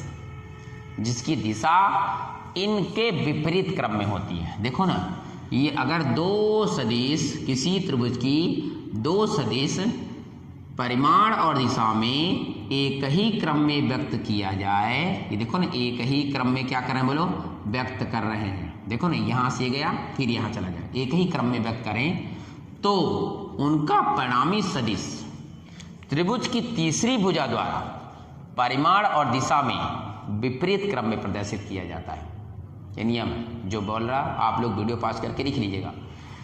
यदि किसी त्रिभुज, ये है ना, दिख रहा है त्रिभुज की कितनी भुजाएं, दो भुजाएं, दो सदिशों को परिमाण और दिशा में एक ही क्रम में व्यक्त करें तो तीसरी भुजा परिमाण और क्रम में विपरीत दिशा में होती है। परिमाण और दिशा मतलब ये इधर जा रही तो इधर आना चाहिए ना, पर इधर नहीं आएगी बल्कि उसके विपरीत जाती है। ये देखो, ये कुछ रुक जाए, यही तुम्हारा अगर ये वेक्टर ए है, ये वेक्टर यहाँ रख दिया और ये वेक्टर यहाँ रख दिया, और ये किसी त्रिभुज की दो भुजाएं हैं, मान लो इसका नाम ओ और पी और ये क्यू, तो ये जो तीसरी भुजा है तुम्हारा ओ क्यू, इन दोनों का योग है, बोले तो परिणामी सदिश आर। अभी जोड़ का नियम कैसा है ये आपको समझ में आ जाएगा। तो अगर मैं कहूं कि किसी त्रिभुज में भाई वेक्टर OP बराबर, यदि ये जो वेक्टर OP है ये वेक्टर A के बराबर है, देखो समान सदिश होने के लिए हम पहले बता चुके हैं, दिशा होना चाहिए, परिमाण होना चाहिए, परस्पर समांतर होना चाहिए। देखो अगे ठीक उसी तरफ है, उतनी लंबाई का है, अब परस्पर समांतर है तब लिख लोगे, तब समान सदिश है। ये इतनी लाइन का बहुत मतलब ये नहीं कि सीधा सीधे गणित में बता दिए कि सीधा बराबर है, ना ना ना ना ना। तो यदि वेक्टर OP बराबर किसके बराबर है, अच्छा फिर ऐसे PQ किसके बराबर है, मान लो सर वेक्टर PQ किसके बराबर है, वेक्टर B के, समान सदिश, भला परिमाण और दिशा दोनों हैं और परस्पर समांतर है। तो सदिशों के योग से नियम से ये देखो ध्यान देना, vector OP plus vector PQ बराबर, ध्यान देना बहुत बढ़िया नियम है। पहले त्रिभुज में ध्यान देना, ये जो अंतिम एक भुजा है ना, इसका जो अंतिम शीर्ष बिंदु है इसका प्रारंभिक बिंदु होना चाहिए। क्या, हाँ, एक सदिश का जो अंतिम बिंदु है ना, अगले सदिश के प्रारंभिक बिंदु के समान होना चाहिए। अगर ऐसा है तो इन दोनों को छुपा दो, छुपाते बनता है, हाँ सर, P को छुपा दो, क्या बचेगा सर, OQ बचेगा। तो यही है दिशा और परिमाण में तीसरी भुजा। यानी आपको दो सदिश दे दिया जाए, जोड़ने का तरीका यह है कि उनका प्रारंभिक अंतिम छुपा दीजिए, तीसरा अपने आप आ जाएगा। यानी क्या कहना चाहते हैं सर, वेक्टर OP का मान क्या है, वेक्टर E, और वेक्टर PQ का मान क्या है, वेक्टर B, तो ये जोड़ हो गया तीसरी भुजा, बोलो क्या, वेक्टर R। यानी वेक्टर R बराबर क्या है, वेक्टर A प्लस B। तो ये परिमाण दिशा कैसे निकालेंगे, तो बेटा परिमाण दिशा निकालने के लिए भी हम तरीका बताते हैं, समझिएगा वाला, थोड़ा थोड़ा समझ में आ रहा है। एक बार फिर बोल देता हूँ, यदि दो सदिश किसी त्रिभुज की दो संलग्न भुजाओं द्वारा, संलग्न मतलब एक ही बिंदु से दो जुड़ा, दो संलग्न भुजाओं द्वारा एक ही परिमाण और एक ही क्रम में प्रदर्शित किया जाए, मतलब एक ही दिशा में व्यक्त किया जाए, तो तीसरी भुजा इन दो सदिशों के योग को प्रदर्शित करता है, जिनकी दिशा इनके क्रम के विपरीत होती है। क्लियर है? अच्छा सर, परिमाण निकालने का सूत्र बताइए। ये तो आपने बता दिए, तो परिमाण निकालने का सूत्र बताते हैं। ठीक है, ये तो नॉर्मल सूत्र हो गया। फिर बेटा इसको परिमाण निकालने का कुछ नहीं है, आप यहां से ऐसे लंब डाल दीजिए, समझिए, ये इसको आगे बढ़ाइए, थोड़ा सा किताब कॉपी लेकर के बैठिएगा, समझ में आ जाएगा। ये आप इस पर क्या करिए बोलो, लंब डाल दीजिए, लंब डालते बन जाएगा, हाँ सर, इसका कुछ नाम दे दीजिए। जैसे यहाँ पर ध्यान देना, ये जो वेक्टर ए है तो ये भी आगे वेक्टर ए ही होगा, समझ में आया? ये वेक्टर ए हो गया, वेक्टर बी, वेक्टर ए और वेक्टर बी के बीच का कोण मान लो हमने ले लिया थीटा। समझना बड़ा बहुत बढ़िया फिजिक्स है, कुछ भी नाम दे दो आपकी इच्छा, ए थीटा बीटा अल्फा कुछ भी लिख दो। मान लिया कि वेक्टर ए और वेक्टर बी के बीच का कोण क्या है बोलो, थीटा। तो ये वेक्टर ये परिणामी और ए के बीच का कोण है। अब इसको हटा दें, सिर्फ हम परिमाण निकालना चाहते हैं। क्या निकालना चाहते हैं? परिमाण। तो ये अगर इसका नाम दे दो अल्फा, शब्दों को समझना, यदि वेक्टर ए और वेक्टर बी के बीच का कोण, यदि वेक्टर ए और वेक्टर बी के बीच का कोण थीटा हो, तो ध्यान से समझिएगा। तो इसका कुछ नाम दे देते हैं, लंब डाल दिए, इसमें मान लो दे दिए एम नाम दे दिए। तो हमारे पास दो त्रिभुज है, दिखाई दिया। तो हाँ सर, पहली वाली त्रिभुज देखो, ये नाम क्या है सर, QPM। तो समकोण त्रिभुज कौन सा, क्या नाम है इसका सर, QPM में। अच्छा बेटा, अगर साइन थीटा निकालो और कॉस थीटा, साइन थीटा आप लोग जानते हो, साइन थीटा बराबर 10वीं में पढ़े होगे बेटा, अभी छोटी छोटी बातें मालूम होनी चाहिए। सर साइन थीटा बराबर होता है लंब बटा कर्ण। तो लंब तुम्हारा क्या है, QM। अच्छा लंब QM है, कर्ण तुम्हारा क्या है, PQ। ध्यान देना, अभी यहाँ पर वेक्टर नहीं लगा है, वेक्टर नहीं लिखा है, परिमाण है। अच्छा तिर्यक गुणा बन जाएगा, क्यों ना बन जाएगा, QM बराबर हो जाएगा PQ गुणे साइन थीटा, होगा, हाँ बिल्कुल होगा, बिल्कुल होगा। अच्छे से देखो तो ये जो तुम्हारा PQ है, PQ जो है बेटा इस B के बराबर है, क्योंकि ये परिमाण है। क्या बोलो, परिमाण कैसे, हरी बता तो चुके, अगर ऐसा लिखते हैं तो ये ऐसा हो जाएगा, यानी ये इसको PQ को लिख सकते हो सिर्फ B, बता चुका 2 मिनट पहले, PQ को B। तो इसका मतलब OP को भी इसी तरह लिख सकते हैं, हाँ बिल्कुल, OP अगर लिखा है ऐसे मॉड लगाते तो वेक्टर A का मॉड होता, यानी तुम ऐसे बोल सकते हो कि सर OP बराबर A, बिल्कुल। तो इसका मतलब OQ के बारे में क्या कहना है, हाँ सर OQ में भी ये रूल है, OQ वेक्टर R है अगर, तो ये ऐसा लिख सकते हो OQ बराबर सिर्फ R, ये परिमाण में लिखा गया, किसमें लिखा बेटा, परिमाण है। तो यहाँ पर देखो PQ का मान दिया है, PQ का मान क्या है बोलो सर, B है, इसका मतलब ये B साइन थीटा हो गया, ये QM बराबर, देख गया। अच्छा समीकरण क्या मान लें, 1। इसी प्रकार साइन के बाद क्या निकालें बोलो, कॉस थीटा। कॉस थीटा कैसे निकालेंगे सर, आधार बटे कर्ण। आधार देखो तो तुम्हारा क्या है, PM, आधार PM है, और कर्ण वही रहेगा PQ। देख लो तिर्यक गुणा करते बन जाएगा, हाँ बिल्कुल बन जाएगा, तिर्यक गुणा जैसे करेंगे तो PM बराबर हो जाएगा PQ गुणे क्या बोलो, cos थीटा। तो PQ का मान तो वही है, देखो जैसे PQ का मान यहाँ B है तो यहाँ भी B है, तो ये देखो ये हो गया तुम्हारा PM। इसको समीकरण क्या मान लो, 2।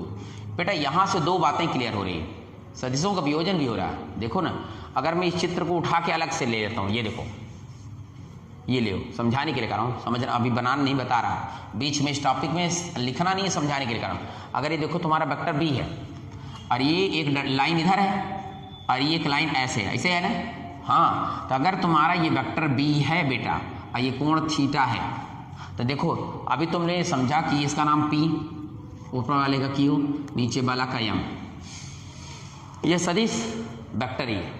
इसके सामने का मान मेरे को नहीं मालूम, तभी मान निकाल चुका। देखो ना QM का मान, ये देखो QM का मान क्या है, अच्छा B साइन थीटा है। देखो PM का मान भी क्या है, B cos थीटा। अच्छा तो बेटा ये देखो, आप देखो इसका मान नहीं मालूम था, इसका मान नहीं मालूम, तब भी निकलेगा। यही है सदिश का वियोजन, मतलब वेक्टर B को 2 घटक में बांट सकते हैं, एक लंबवत वाला इसी का नाम लेके साइन थीटा, समांतर वाला इसी का नाम लेके कॉस थीटा, नाम लेके। अच्छा B, हाँ लिखा ना, B ने लिखा है, तभी साइन थीटा, यहाँ B कॉस थीटा। तो ये याद रखना कि थीटा के साथ वाला कॉस थीटा और थीटा के सामने वाला साइन थीटा। अच्छा तो बेटा मतलब अगर यहाँ दूसरा नाम हो, जैसे इसका नाम मान लो R होता, क्या होता, तो इसके सामने वाला R कॉस थीटा हो जाता, और ये क्या हो जाता बोलो, R साइन थीटा। अच्छा अगर इसका नाम कुछ दूसरा होता, A होता, तो क्या होता, ये वाला A साइन थीटा, ये A कॉस थीटा। समझ में आ रहा है ना, ये कहलाता सदिश का वियोजन, यानी ये तुम्हारा सदिश का वियोजन भी हो गया। हालांकि अभी पढ़ा नहीं रहे, फिर भी डिस्कस कर रहे हैं, तो समझ गए कि नहीं, अच्छा समझ गए, थोड़ी बात समझ में आ, समकोण त्रिभुज में इतना समझ में आ गया। ये मैंने छोटा सा त्रिभुज लिया था, अब अगर बड़े वाले त्रिभुज में चलो, हाँ चलिए बड़े वाले त्रिभुज में चलते हैं। बोलो कौन सा त्रिभुज, समकोण त्रिभुज बोलो।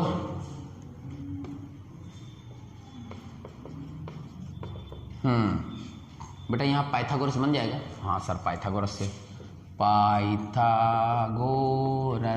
प्रमेय से, हाँ पाइथागोरस प्रमेय पढ़ा था, कर्ण का वर्ग बराबर, तो कर्ण तुम्हारा क्या है सर, OQ है, लंब क्या है सर, QM है, आधार क्या है, OM है।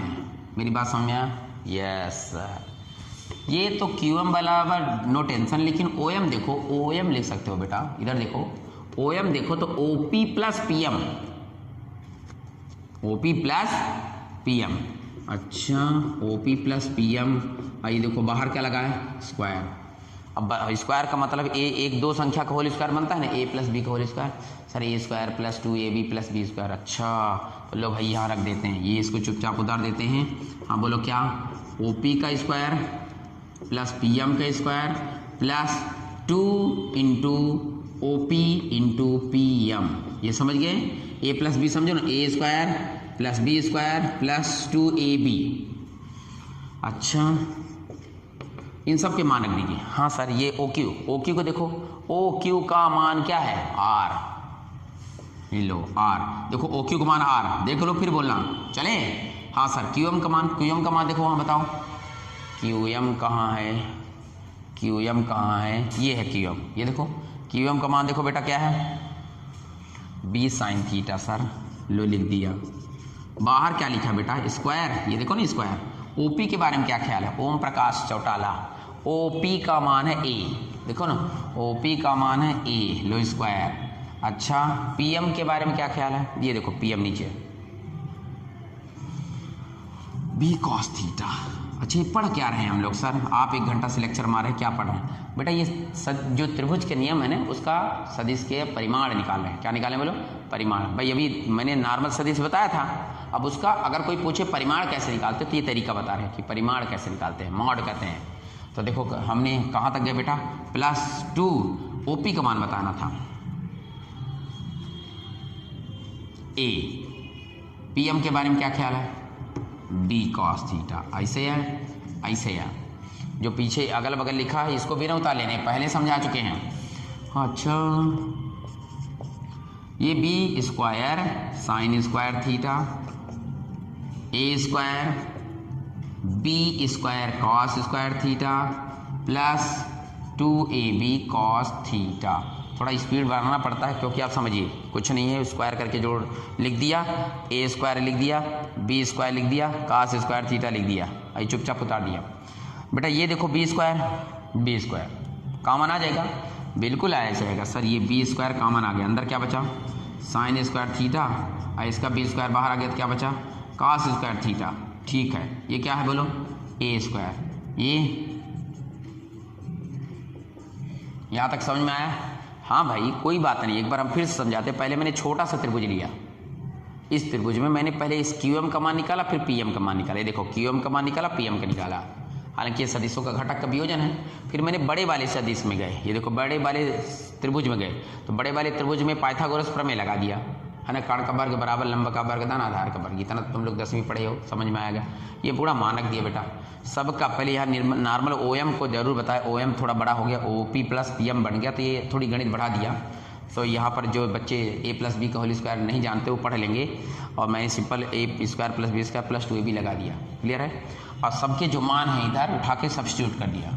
रखने के बाद देखो यहाँ हमने 10वीं में एक आइडेंटिटी और पढ़ा था, क्या sign square theta plus cos square theta बराबर 1 होता। हाँ सर लो इधर मिटा देते हैं, जगह नहीं, वहाँ जगह नहीं है तो मिटा के कहीं ना लिखना ना पड़ेगा। हाँ लिखना तो पड़ेगा। ओके तो आप लोगों को थोड़ा थोड़ा समझ में आ रहा होगा। ये सदिशों का हम लोग क्या कर रहे हैं, त्रिभुज योग के नियम में परिमाण निकाले हैं, तो जगह नहीं तो यहाँ लिखें। हाँ और क्या, तो देखो R स्क्वायर बराबर, ये देखो B square identity number class 11 से पढ़ा, sign square theta plus cos square theta cos theta. ये सब तुम लोगों ने sign square theta plus cos square theta बराबर 1 पढ़ा कि नहीं। यस सर बोलो। ठीक है सुनाई नहीं दे रहा पर समझ लेना, मैं ऐसा करता हूँ कि बोल रहे होगे। चले तो अगर मैं इसको पहले लिख दूँ A स्क्वायर और इसको B स्क्वायर कम B स्क्वायर, और ये R स्क्वायर से स्क्वायर हटा दो तो ये फार्मूला मिल गया। तो बेटा ये हो जाएगा, बोलो क्या हो जाएगा, परिमाण। स्टाइल मानना, ये मैं स्टाइल मार देता हूँ, मेरी आदत है। तो ये हो गया आपका क्या बोलो, समीकरण नंबर 3। तो ये किसी दो सदिशों को जब हम त्रिभुज नियम से जोड़ें या बेटा समांतर चतुर्भुज से भी जोड़ें, आपकी इच्छा जिससे भी जोड़ें, सबका परिमाण निकालने का यही तरीका है। बोलो बन जाएगा। तो फिर परिमाण निकालेंगे तो दिशा कैसे निकालेंगे, तो बेटा परिमाण के बाद ये जैसे परिमाण निकाला तो दिशा भी निकाल लेंगे। तो मैंने कहा ना, यदि तुम्हारे पास एक सदिश है वेक्टर A वेक्टर B, देखो वेक्टर A वेक्टर B का परिमाण ये निकला, दिशा निकालना है तो ये है अल्फा, क्या बोलो यदि मैं ये कहूँ कि अल्फा वेक्टर आर और वेक्टर ए का बीच का कोण है, मतलब वेक्टर ए और परिणामी सदिश के बीच का कोण है, तो दिशा निकालना बहुत ही सरल है। हम लोग बहुत अच्छे से मैथ बनता है tan थीटा, पर थीटा ना लिख के अल्फा लिखें। क्यों लिखें? क्योंकि दिशा ये बताना कि ए से कितना ऊपर है, इससे कोई मतलब नहीं है ना, ये तो दोनों जुड़ रहे हैं। तो दिशा हमको परिणामी वाले से निकालना है, परिणामी के साथ कितना ऊपर नीचे है, तो ये tan के साथ अल्फा लगाना पड़ा। और tan थीटा तो तुम लोग देखो बहुत अच्छे जानते हो बेटा, क्या होता है? लंब बटा लंब क्या है? आधार क्या है? लंब हो गया QM, आधार हो गया OM, QM OM। OM का मान देखो, OM का मान अभी तक लिखा OP plus PM, OP plus, हाँ सर OP प्लस PM ही होगा। चलो रख दिया, अब जगह नहीं, कहीं ना कहीं तो मिटाना पड़ेगा, तो ये वाला मिटा दें। हाँ लिख चुके होगे तुम लोग, लिख चुके ना बेटा? लिख चुके तो फिर लो मिटा दें, और जो नहीं लिख पाए तो वीडियो पॉज करके दोबारा लिख लेना। ऐसे ही आए, ऐसे आए। तो बेटा देखो tan अल्फा बराबर, हाँ बोलो, QM का मान 2 मिनट पहले था, बताइए QM का मान पीछे देख के, QM का मान रहा होगा सामने वाला है तो साइन थीटा, तो यानी ये बनेगा B साइन थीटा। ऐसे आए। और बोलो क्या है यहाँ पर, इस वाले का नाम क्या है? इसका नाम है OP प्लस PM। OP का मान है A plus B cos theta. तो ये देखो ध्यान से, tan अल्फा के लिए सूत्र निकाल गया, तो ये दिशा के लिए सूत्र हो गया बेटा, बन जाएगा, बिल्कुल बन जाएगा। तो ये परिमाण और दिशा में इस तरह से आप लोगों को सूत्र निकालते बन जाएगा। चलें अब इस सूत्र का मदद करके हम लोग और आगे पढ़ते हैं। चलो इसको लिख लो हैं, फिर मैं अलग अलग टॉपिक पढ़ाता हूँ। चलो पढ़ाना शुरू करें, बिल्कुल पढ़ाना शुरू करते हैं। तो बेटा जब दो सदिश दिया रहे और उनका परिमाण और दिशा निकालने के लिए बोले, तो बेटा ये सूत्र याद रखना परिमाण के लिए, ये सूत्र रखना याद दिशा के लिए, हैं? याद रखोगे ना? सूत्र एक बार दो बार बोलो तो याद बन जाएगा। R बराबर under root A² plus B² plus 2AB cos theta, और दिशा के लिए tan अल्फा बराबर B sine theta upon A plus B cos theta. Clear हो गया? ये परिमाण और दिशा बन जाएगा। अब इसमें बहुत सारे क्वेश्चन 12वीं में आते हैं, 11वीं में भी आते हैं और 12वीं में भी आते हैं। क्या क्या क्वेश्चन आ सकते हैं वो हम आपको बताते हैं। क्लियर? चलिए बहुत जल्दी जल्दी समझाते हैं। तो लो भाई आई थिंक याद हो गई, फार्मूले याद रखना चाहिए। चलो मिटाएं।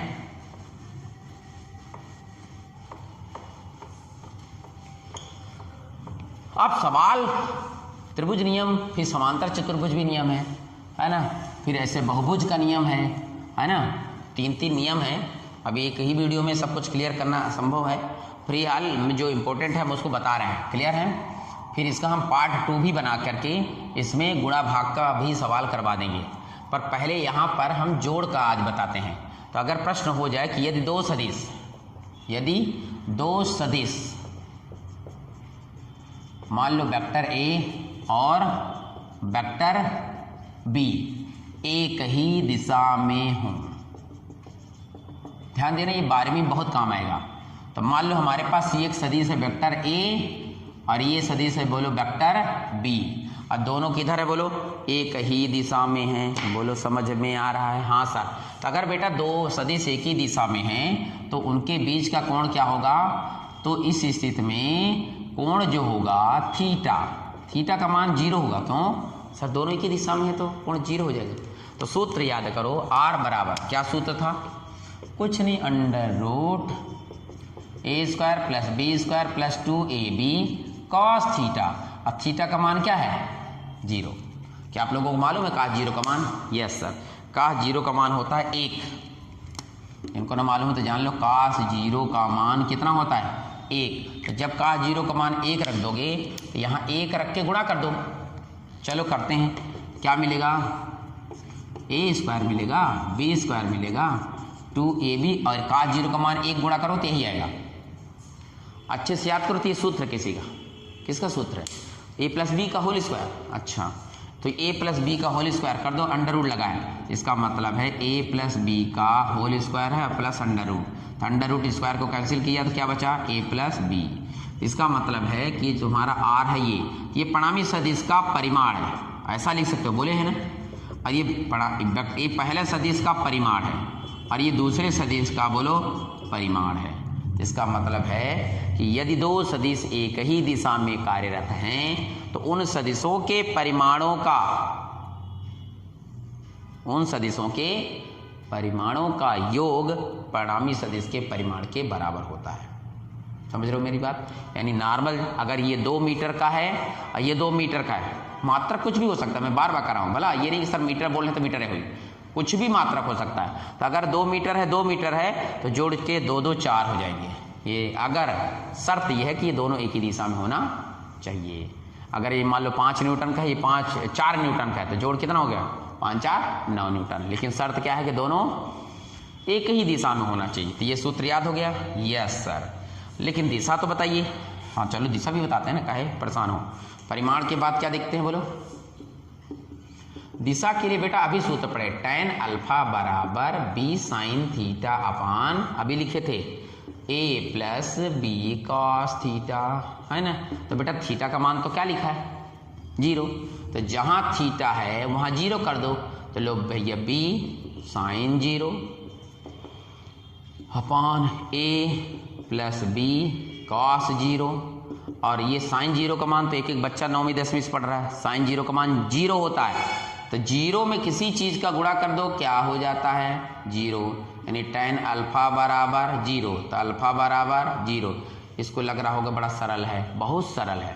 हाँ बिल्कुल, अगर दो सदिश एक ही दिशा में हो, मतलब ये सदिश है a और ये मान लो सदिश है b, तो अगर एक ही दिशा में है तो इनका जोड़ जो होगा r जो होगा इन दोनों के परिमाणों के योग के बराबर है। और दिशा नहीं बदलती, दिशा नहीं बदलती, क्योंकि कोण देखो क्या आ रहा है? कोण 0। कोण 0 आने का मतलब ये है कि जिस दिशा में पहले थे उसी दिशा में है, कोई कोण नहीं बना। समझ में आया? tan ये अल्फा का मान 0 का मतलब ऐसे ना समझो कुछ नहीं, इसका मतलब है कि दोनों अभी भी उसी दिशा में है।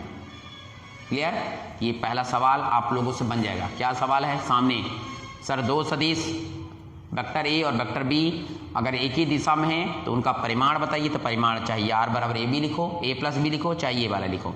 और दिशा बोलो तो सर tan अल्फा बराबर 0 यानी अल्फा बराबर 0, अर्थात दोनों सदिश एक ही दिशा में होंगे। बोलो बन जाएगा। सवाल नंबर पहला हो गया। अब सवाल नंबर दूसरा, मैं इसी में काम चला देता हूँ, आप लोग अलग से लिखना, भला आप वीडियो पास करके मैं यहीं पर लिख देता हूँ। तो यदि दो सदिश वेक्टर a और वेक्टर b विपरीत दिशा में हो, परस्पर विपरीत दिशा में, परस्पर विपरीत दिशा में हूं। बेटा समझिएगा, अगर दो सदिश परस्पर विपरीत दिशा में हो, विपरीत का मतलब समझते हो आप लोग? हाँ सर, एक पूर्व जा रहा था एक पश्चिम, एक उत्तर जा रहा था एक दक्षिण। इसका मतलब क्या है कि दोनों के बीच का कोण क्या हो गया? 180 डिग्री। हाँ भाई, अगर ये वेक्टर a इधर है सपोज, और ये वेक्टर a के विपरीत दिशा में मैंने एक और वेक्टर लिया, मान लो वेक्टर b ले लिया, अब क्या होगा? दिशा विपरीत हो गई तो कोण 180 हो गया। मैं यही काम चला दूँ, समझ जाओगे? Yes sir. तो ये परिणामी का परिमाण, तो यहाँ cos थीटा की जगह पे कितना बोलो सर? 180। cos 180 का मान कितना होता है? बहुत लोग सुन रहे हैं, गुनगुना रहे हैं। जो कॉपी लेके बैठे हो, पेन उन्हीं से बनेगा। बेटा ये ऐसा टॉपिक है कि आपको बनना बहुत जरूरी है। और जिन बच्चों ने ध्यान से पढ़ा और वीडियो को ध्यान से समझा, और मैं आशा करता हूं कि उसको समझते रहिए। cos 180 का मान -1 होगा, ये लोग -1 होता है, तो जैसे -1 होगा तो ये प्लस माइनस क्या हो जाएगा? माइनस। आप मेरी बात समझिए, -1 का गुणा करो तो प्लस माइनस माइनस हो गया। और ये सूत्र अच्छे से देखो तो a माइनस बी का होल स्क्वायर है। इसका मतलब है ये लो, यहाँ सूत्र में क्या हो जाएगा? माइनस। तो a माइनस बी का होल स्क्वायर है, तो ये अंडर रूट से बाहर आएगा, तो स्क्वायर अंडर रूट खत्म, a माइनस। तो देखो परिणामी का मान ये है, ये देखो दिख रहा है आप लोगों को? Yes sir. यदि दो सदिश परस्पर विपरीत दिशा में हैं तो r बराबर a माइनस बी भी हो सकता है और b माइनस a भी हो सकता है। भला a माइनस बी भी हो सकता है और b माइनस ए भी। अब बड़ा जो होगा उस पर असर होगा। अगर मान लो ये देखो इस त्रिभुज में ये सदिश में ये बड़ा है, तो ये त्रिभुज तीर जैसा समझो, जितना हिस्सा उतना काट देगा, मतलब ये हिस्सा इतना काट डालेगा। तो जब काट देगा, ये देखो इतना काट देगा, मान लो इसका बराबर, तो इतना बचेगा r। बोले तो a माइनस क्या होगा बोलो b। समझ गए? उतना काट दिया, इतना बचा, लेकिन दिशा अभी भी किसकी ओर है? a की ओर है। अगर b बड़ा होता तो b माइनस a हो जाता। क्लियर है मेरी बात? समझे? ये मान निकल के ऐसे यहाँ पर जाइए दिशा में, तो tan अल्फा भाई यहाँ साइन 180 कॉस साइन 180 का मान क्या होता है? साइन 0 का मान 0 होता है, साइन 90 का मान 1 होता है, साइन 180 का मान भी 0 होता है। अच्छा, तो ये भी 0 आएगा, यानी अल्फा का मान अगेन 0 आ रहा है।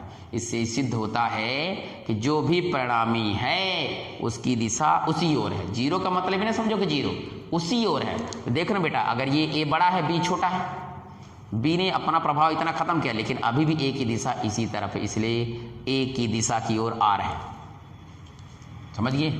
ये जो तुम्हारा वेक्टर r छोटा सा बचा है, ये a माइनस b है और ये r a की ओर है और कोण 0। अगर b बड़ा होता तो b माइनस से आता। तो ये तुम लोगों को सूत्र याद हो जाए, पढ़ो। यदि दो सदिश वेक्टर a और वेक्टर b परस्पर विपरीत हों तो उनके बीच का कोण 180 होता है। परिणामी निकालने के लिए r बराबर a माइनस b, यानी जो माइनस हो जाएगा जो बड़ा होगा, दिशा अभी भी 0 है। क्लियर बेटा? ये दूसरी बात हो गई। तीसरा सवाल कर लेते हैं। इन सवालों को आप लोगों को एक एक करके घर में 2 बार 3 बार 4 बार लगाना है। चलिए सवाल नंबर तीसरा। टाइम नहीं है मेरे पास एक्चुअली गप मारने का, जैसे और यूट्यूबर वीडियो में खूब मज़ा लेते रहते हैं, टाइम वेस्ट करते हैं, मेरे पास समय नहीं है।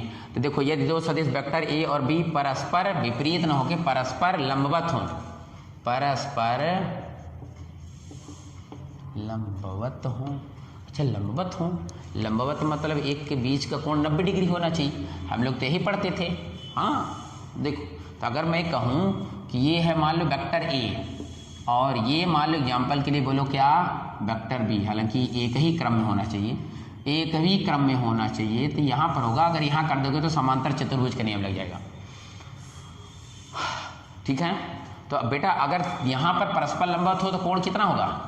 सर ये तो छोटा बच्चा भी जानता है, 90 डिग्री होगा। तो थीटा का मान कितना हो गया? 90। मैं इसी में काम चलाया जा रहा हूँ, तो ये ना सोचना कि सर उसी में काम चला रहे हैं।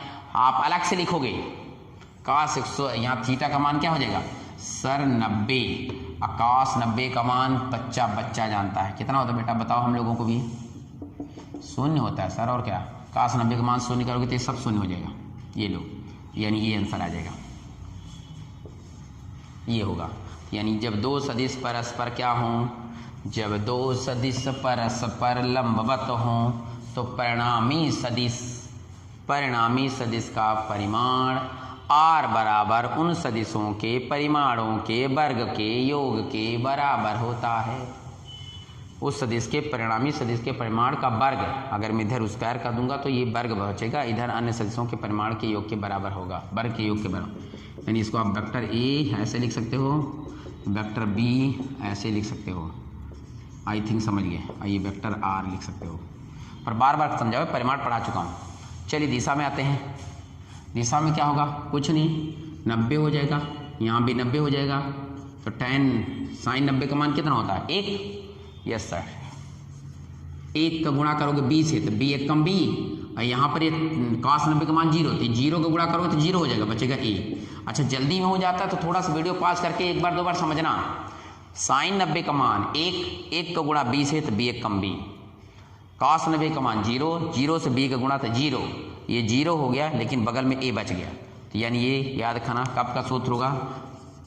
जब परस्पर लंबवत होंगे। बहुत ही काम की चीज है।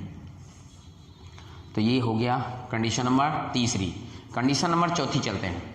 ठीक है, थोड़ा थोड़ा चलते चलिए, समय नहीं है तो मैं ज़्यादा प्रयास कर रहा हूँ कि इसी वीडियो में हो जाए, है ना? तो लो भाई 4th नंबर वीडियो लेते हैं, 4th नंबर टॉपिक लेते हैं, सॉरी। यदि दो सदिश परिमाण में बराबर हो, ये लो सवाल बदल देते हैं। 12वीं के जो बच्चे होंगे उनके लिए बहुत ही ज़रूरी है, और जो जाने वाले हैं 11वीं में वो जान लो, बहुत ही ज़रूरी है। सवाल कर रहे हैं, बोलो क्या? जब हम पढ़ाएंगे Coulomb's inverse square law class 12th में, तब इसका उपयोग बहुत करते हैं। बहुत बच्चे कन्फ्यूज रहते हैं। मेरा वीडियो बनाने का टारगेट यही है कि इसको 2 बार 3 बार 4 बार 10 बार देखो, और सभी बच्चों को बताओ कि भैया ये देखो, पढ़ो, और ताकि सीखो और समस्या का समाधान बनता रहे। यदि दो सदिश वेक्टर a और वेक्टर b परिमाण में बराबर, परिमाण में बराबर हो तो क्या होगा? तो कोण नहीं दिया है, और कोण नहीं दिया तो इसलिए थीटा पे डिस्कस नहीं होगा। तो मतलब ये टॉपिक इस पे थोड़ा अलग है, तो सब कुछ मिटाना पड़ जाएगा। ओके, मैं सोच रहा था सब में काम चला लूँ, हो गया, कोई बात नहीं।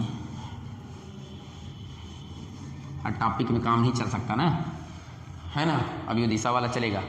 तो देखो कह रहा है बराबर हो, तो इसका मतलब सीधा सीधा वेक्टर ए का मॉड वेक्टर बी के मॉड के बराबर है।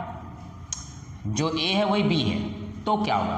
तो ठीक है, परिमाण निकालते हैं। ध्यान देना, मैं बार बार बोलूँ, परिणामी सदिश का परिमाण। अच्छा, परिणामी और परिमाण, राइट है। तो भैया फार्मूला है आर बराबर a square plus B square plus 2ab cos theta. ये वाला जो है ये सबसे ज़्यादा इंपॉर्टेंट है पूरे वीडियो में। अभी जितना टॉपिक पढ़े ये सबसे ज़्यादा इंपॉर्टेंट टॉपिक है, जितना अभी सबसे ज़्यादा पढ़े यही वाला सबसे ज़्यादा इंपॉर्टेंट है। भाई यहाँ पर ये कह रहा है कि ए स्क्वायर है तो ए ठीक है, बी को भी मैंने ए मान लिया क्योंकि बराबर है 2, ए को ए ही रहने तो बी को भी ए मान लिया। मेरी बात समझने की कोशिश करना। हाँ ठीक है सर, समझ रहे हैं, कोशिश करें। ए स्क्वायर हो गया, बी को भी ए स्क्वायर लिख दिया, बी को भी ए दो बार आया। अच्छा, ये दो जुड़ के 2a स्क्वायर हो गया, ये भी जुड़ के 2a स्क्वायर हो गया। यहाँ क्या बचा बोलो? Cos theta. इन दोनों से a स्क्वायर अंडर रूट से बाहर आ गया, अंडर रूट से बाहर आ गया। ए आप सबको मालूम है ना, स्क्वायर बाहर आ गया तो अंडर रूट खत्म हो जाएगा, अंडर रूट से स्क्वायर खत्म हो जाएगा, लेकिन 2 भर बाहर आ रहा है। यहाँ 1 प्लस क्या बचा बोलो? Cos theta. बात समझना। हम लोगों ने और भी टॉपिक जब हम शुरू में पढ़ा रहे थे 11th में, तो हमने कुछ आपको बता दो मैथमेटिकल टूल्स पढ़ाए थे। क्या मैथमेटिकल टूल्स है, थोड़ा सा मैं उस पर डिस्कस करता हूँ, ये मिटाने पड़ जाएगा। ओके चलो, मैथमेटिकल टूल्स बता दें तब ना। देख बेटा, मैथमेटिकल टूल्स में आपको बता दूँ, cos 2 थीटा का सूत्र होता है cos square theta minus sine square theta.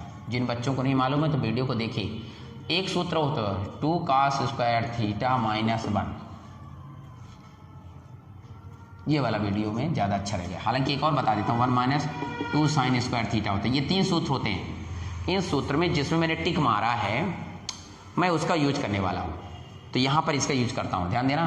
तो भाई यहाँ पर 2 थीटा आपने लिखा है सर, यहाँ पर सिर्फ थीटा है, तो इसका मतलब है हम छेड़खानी नहीं कर सकते हैं, हमारे पास इसमें भी सूत्र का तरीका है। जहाँ जहाँ 2 है आप इस सूत्र को ऐसे लिख सकते हैं, cos थीटा बराबर 2 हटाओगे तो सब में 2 हट जाएगा, हम इसमें हर में हटाते हैं, बाकी में नहीं, क्योंकि मुझे ये सूत्र लेना। तो ये पढ़ो क्या है, 2 cos स्क्वायर, और थीटा में नहीं है तो थीटा का भाग दोगे, जैसे 2 का भाग यहाँ दे दिया तो 2 का भाग यहाँ में दोगे। तो ये बेटा ये सूत्र होता है, ठीक है। इस सूत्र का उपयोग यहाँ कर लेते हैं। लो ए और यहाँ क्या बचा 2 1 प्लस cos थीटा प्लेस में वो फार्मूला पढ़ो क्या, 2 cos स्क्वायर थीटा बाई 2। अच्छा, थीटा बाई 2 रीड करते हैं भला, थीटा बाई 2। ये 1 से 1 क्या हो जाएगा, कट जाएगा, काट दो, 1 से 1 को काट दिया तो ये 2 2 जा 4 और क्या, तो यहाँ पर a अंडर रूट में 2 दूनी 4 cos स्क्वायर थीटा बाई 2, ऐसे ही है। हाँ, तो cos स्क्वायर का अंडर रूट होगा cos, और 4 का अंडर रूट 2। अब इस सूत्र का उपयोग कर लिए तो मिटा दें, बिल्कुल मिटा देते हैं। चलें, तो इस सूत्र से r बराबर हो गया बेटा, क्या बचा, ये देखो 4 का अंडर रूट 2, a चुपचाप ले लो, और cos स्क्वायर से cos थीटा आ गया। ये फार्मूला तुम लोगों को हर बच्चे को याद होना चाहिए, 12वीं में सबसे ज़्यादा यूज होता है।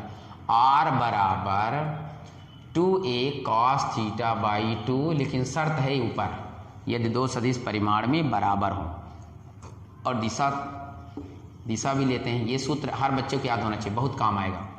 अच्छा, इस सूत्र का उपयोग आगे आएगा। एक सूत्र और बता देते हैं बेटा, बताएं। हाँ, पहले इसका मिटा देते हैं बाद में। दिशा में देखो tan अल्फा बराबर होता है क्या sir, b sine theta upon a plus b cos theta. अभी बताया कि नहीं, बिल्कुल मुँह जबानी याद होना चाहिए। देखो बेटा, अगर आप ये नहीं पढ़ोगे तो गड़बड़ हो जाएगा। देखो हम आपको बताएं, यहाँ साइन के भी एक सूत्र होता है, sin 2 थीटा का सूत्र होता है 2 sin थीटा cos थीटा। फिर सर यहाँ 2 नहीं लगा है, तो जब यहाँ 2 हटाओगे यहाँ 2 का भाग हो जाएगा। इसका मतलब देखो क्या सूत्र यूज हुआ, 2 sin θ/2 cos θ/2, ये फार्मूला है। जो बच्चा नहीं जानता, शुरू से वीडियो यूट्यूब पे नहीं, हम प्रॉपर बच्चों को क्लास पढ़ाते हैं, तो ध्यान दीजिएगा। यहाँ ए चुपचाप रहने दो, और मान लो ए नहीं बी को बी रख दिया, ए को बी कर दिया, बी रहने दो। cos थीटा का मान अभी 2 मिनट पहले यूज किए, देखो ये cos थीटा का सूत्र यूज किया 2 cos स्क्वायर θ/2 -1, तो 2 cos स्क्वायर θ/2 -1, समझ गए? Yes sir. दोनों से b कॉमन ले लो, या नहीं भी लोगे तो b into 2 sin θ/2 into cos θ/2 होगा। और का अब देखो यहाँ b रहने दो, यहाँ b का मल्टीप्लाई इससे करोगे तो 2 cos स्क्वायर θ/2, और b का गुणा 1 से, तो b एक कम b लेकिन माइनस में, तो ये माइनस b प्लस में क्या हो गया, कट गया। हाँ भाई, b का गुणा ऋण 1 से करोगे तो ऋण b होगा, ऋण b और धन b काट डाला, और अब जो b है इस b को भी काट देगा, ये b इस b को काट देगा, काट दो, ये b को काट दिया, और ये 2 इस 2 को काट दिया, ये cos स्क्वायर है, तो ये 2 cos स्क्वायर है भला, एक cos θ/2 एक cos θ/2 कट जाएगा। तो मैं वहीं काटे जा रहा हूँ, समझ रहे हो क्या कर रहा हूँ, एक b इस b को काट दिया, 2 को काट दिया, cos स्क्वायर थीटा है, एक cos थीटा कट गया, तो sin θ/2 और cos θ/2 बचा, तो साइन बटा cos कहलाता, बोलो क्या, tan और θ/2। तो देखो ये tan अल्फा बराबर है, कहाँ लिख दिया, जगह नहीं है, यहाँ लिख देता हूँ। तो बेटा यहाँ पर tan अल्फा बराबर मिला tan θ/2, tan हटा दो तो अल्फा बराबर कितना बचा, θ/2। तो बेटा ये सूत्र होता है कब, जब 2 सदिश परिमाण में बराबर हों तो कोण आधा होता है और परिमाण ये होता है। मैं आशा करता हूँ इतनी वीडियो तक में आप काम चला लेंगे सदिश का। अगला पार्ट जो है इसका गुणा जो है मैं आगे बताऊंगा, पर ये वाला जो लास्ट ये टॉपिक है इसको 2 बार 3 बार समझिएगा, है ना। एक बार फिर डिस्कस कर देता हूँ। 2 सदिश परिमाण में बराबर हो तो क्या होगा, वेक्टर ए और वेक्टर बी परिमाण में बराबर है तो ए को बी लिख सकते हो या बी को ए लिख सकते हो, सूत्र यही है। जहाँ जहाँ ए है ए रहने दिया, बी को भी ए लिख दिया, देखो ना बी की जगह पर भी ए लिख दिया। इन दोनों से ए का गुणा किया, ए स्क्वायर आ गया, ये 2 जुड़ गए, इन दोनों से ए स्क्वायर बाहर ले लिए तो ए आ गया बाहर, 2 बाहर आ गया, 1 plus cos theta. cos theta को लिख सकते हैं 2 cos स्क्वायर θ/2 -1, ये फार्मूले आप सबको याद होना चाहिए। 1 से 1 काट दिया, और ये 2 दूनी 4 आया, 4 का अंडर रूट 2 आता है, ये लिख दिया 2 आता है, और ए चुपचाप था, cos स्क्वायर का अंडर रूट cos आ गया, परिणामी का परिमाण आ गया, यानी रिजल्टेंट है ना का मैग्नीट्यूड आ गया। दिशा का सूत्र ये होता है, बी की जगह पे बी ए रहने दिया और एक जगह पे ए भी रख दो, आप एक जगह पे ही ए रहने दो, बी के भी ए रख सकते हो, आपकी इच्छा। साइन थीटा को जगह पर हमने लिख दिया 2 sin θ/2 cos θ/2। ये फार्मूले बेटे आपको याद होना चाहिए, छोटे छोटे 11वीं 12वीं हाई लेवल में आ रहे हो, ओके कोई दिक्कत नहीं। हमने यहाँ cos थीटा को cos ये लिख दिया 2 cos स्क्वायर θ/2 -1, बी का जैसे गुणा करो माइनस बी, ये प्लस बी कट जाएगा, ये देखो माइनस बी प्लस बी कट गया, ये ऊपर बी नीचे बी कट जाएगा, वही नहीं काटना, ये नियम नहीं है, मैं डायरेक्ट कर दिया हूँ। 2 से 2 कट गया, और cos स्क्वायर थीटा में 2 cos है, कट गया, साइन का थीटा बटे cos थीटा बचा, θ/2 साथ में लगा है, साइन यहाँ से tan और tan काट दो, अल्फा बराबर क्या हो गया, θ/2। तो मैं एस के पाठक आप सबको बहुत बहुत शुभकामना देता हूँ कि आप सब पढ़िए और अच्छे से नाम कमाइए, और मेरा नाम भी और अपना नाम भी गार्जियन का। Take care, thank you.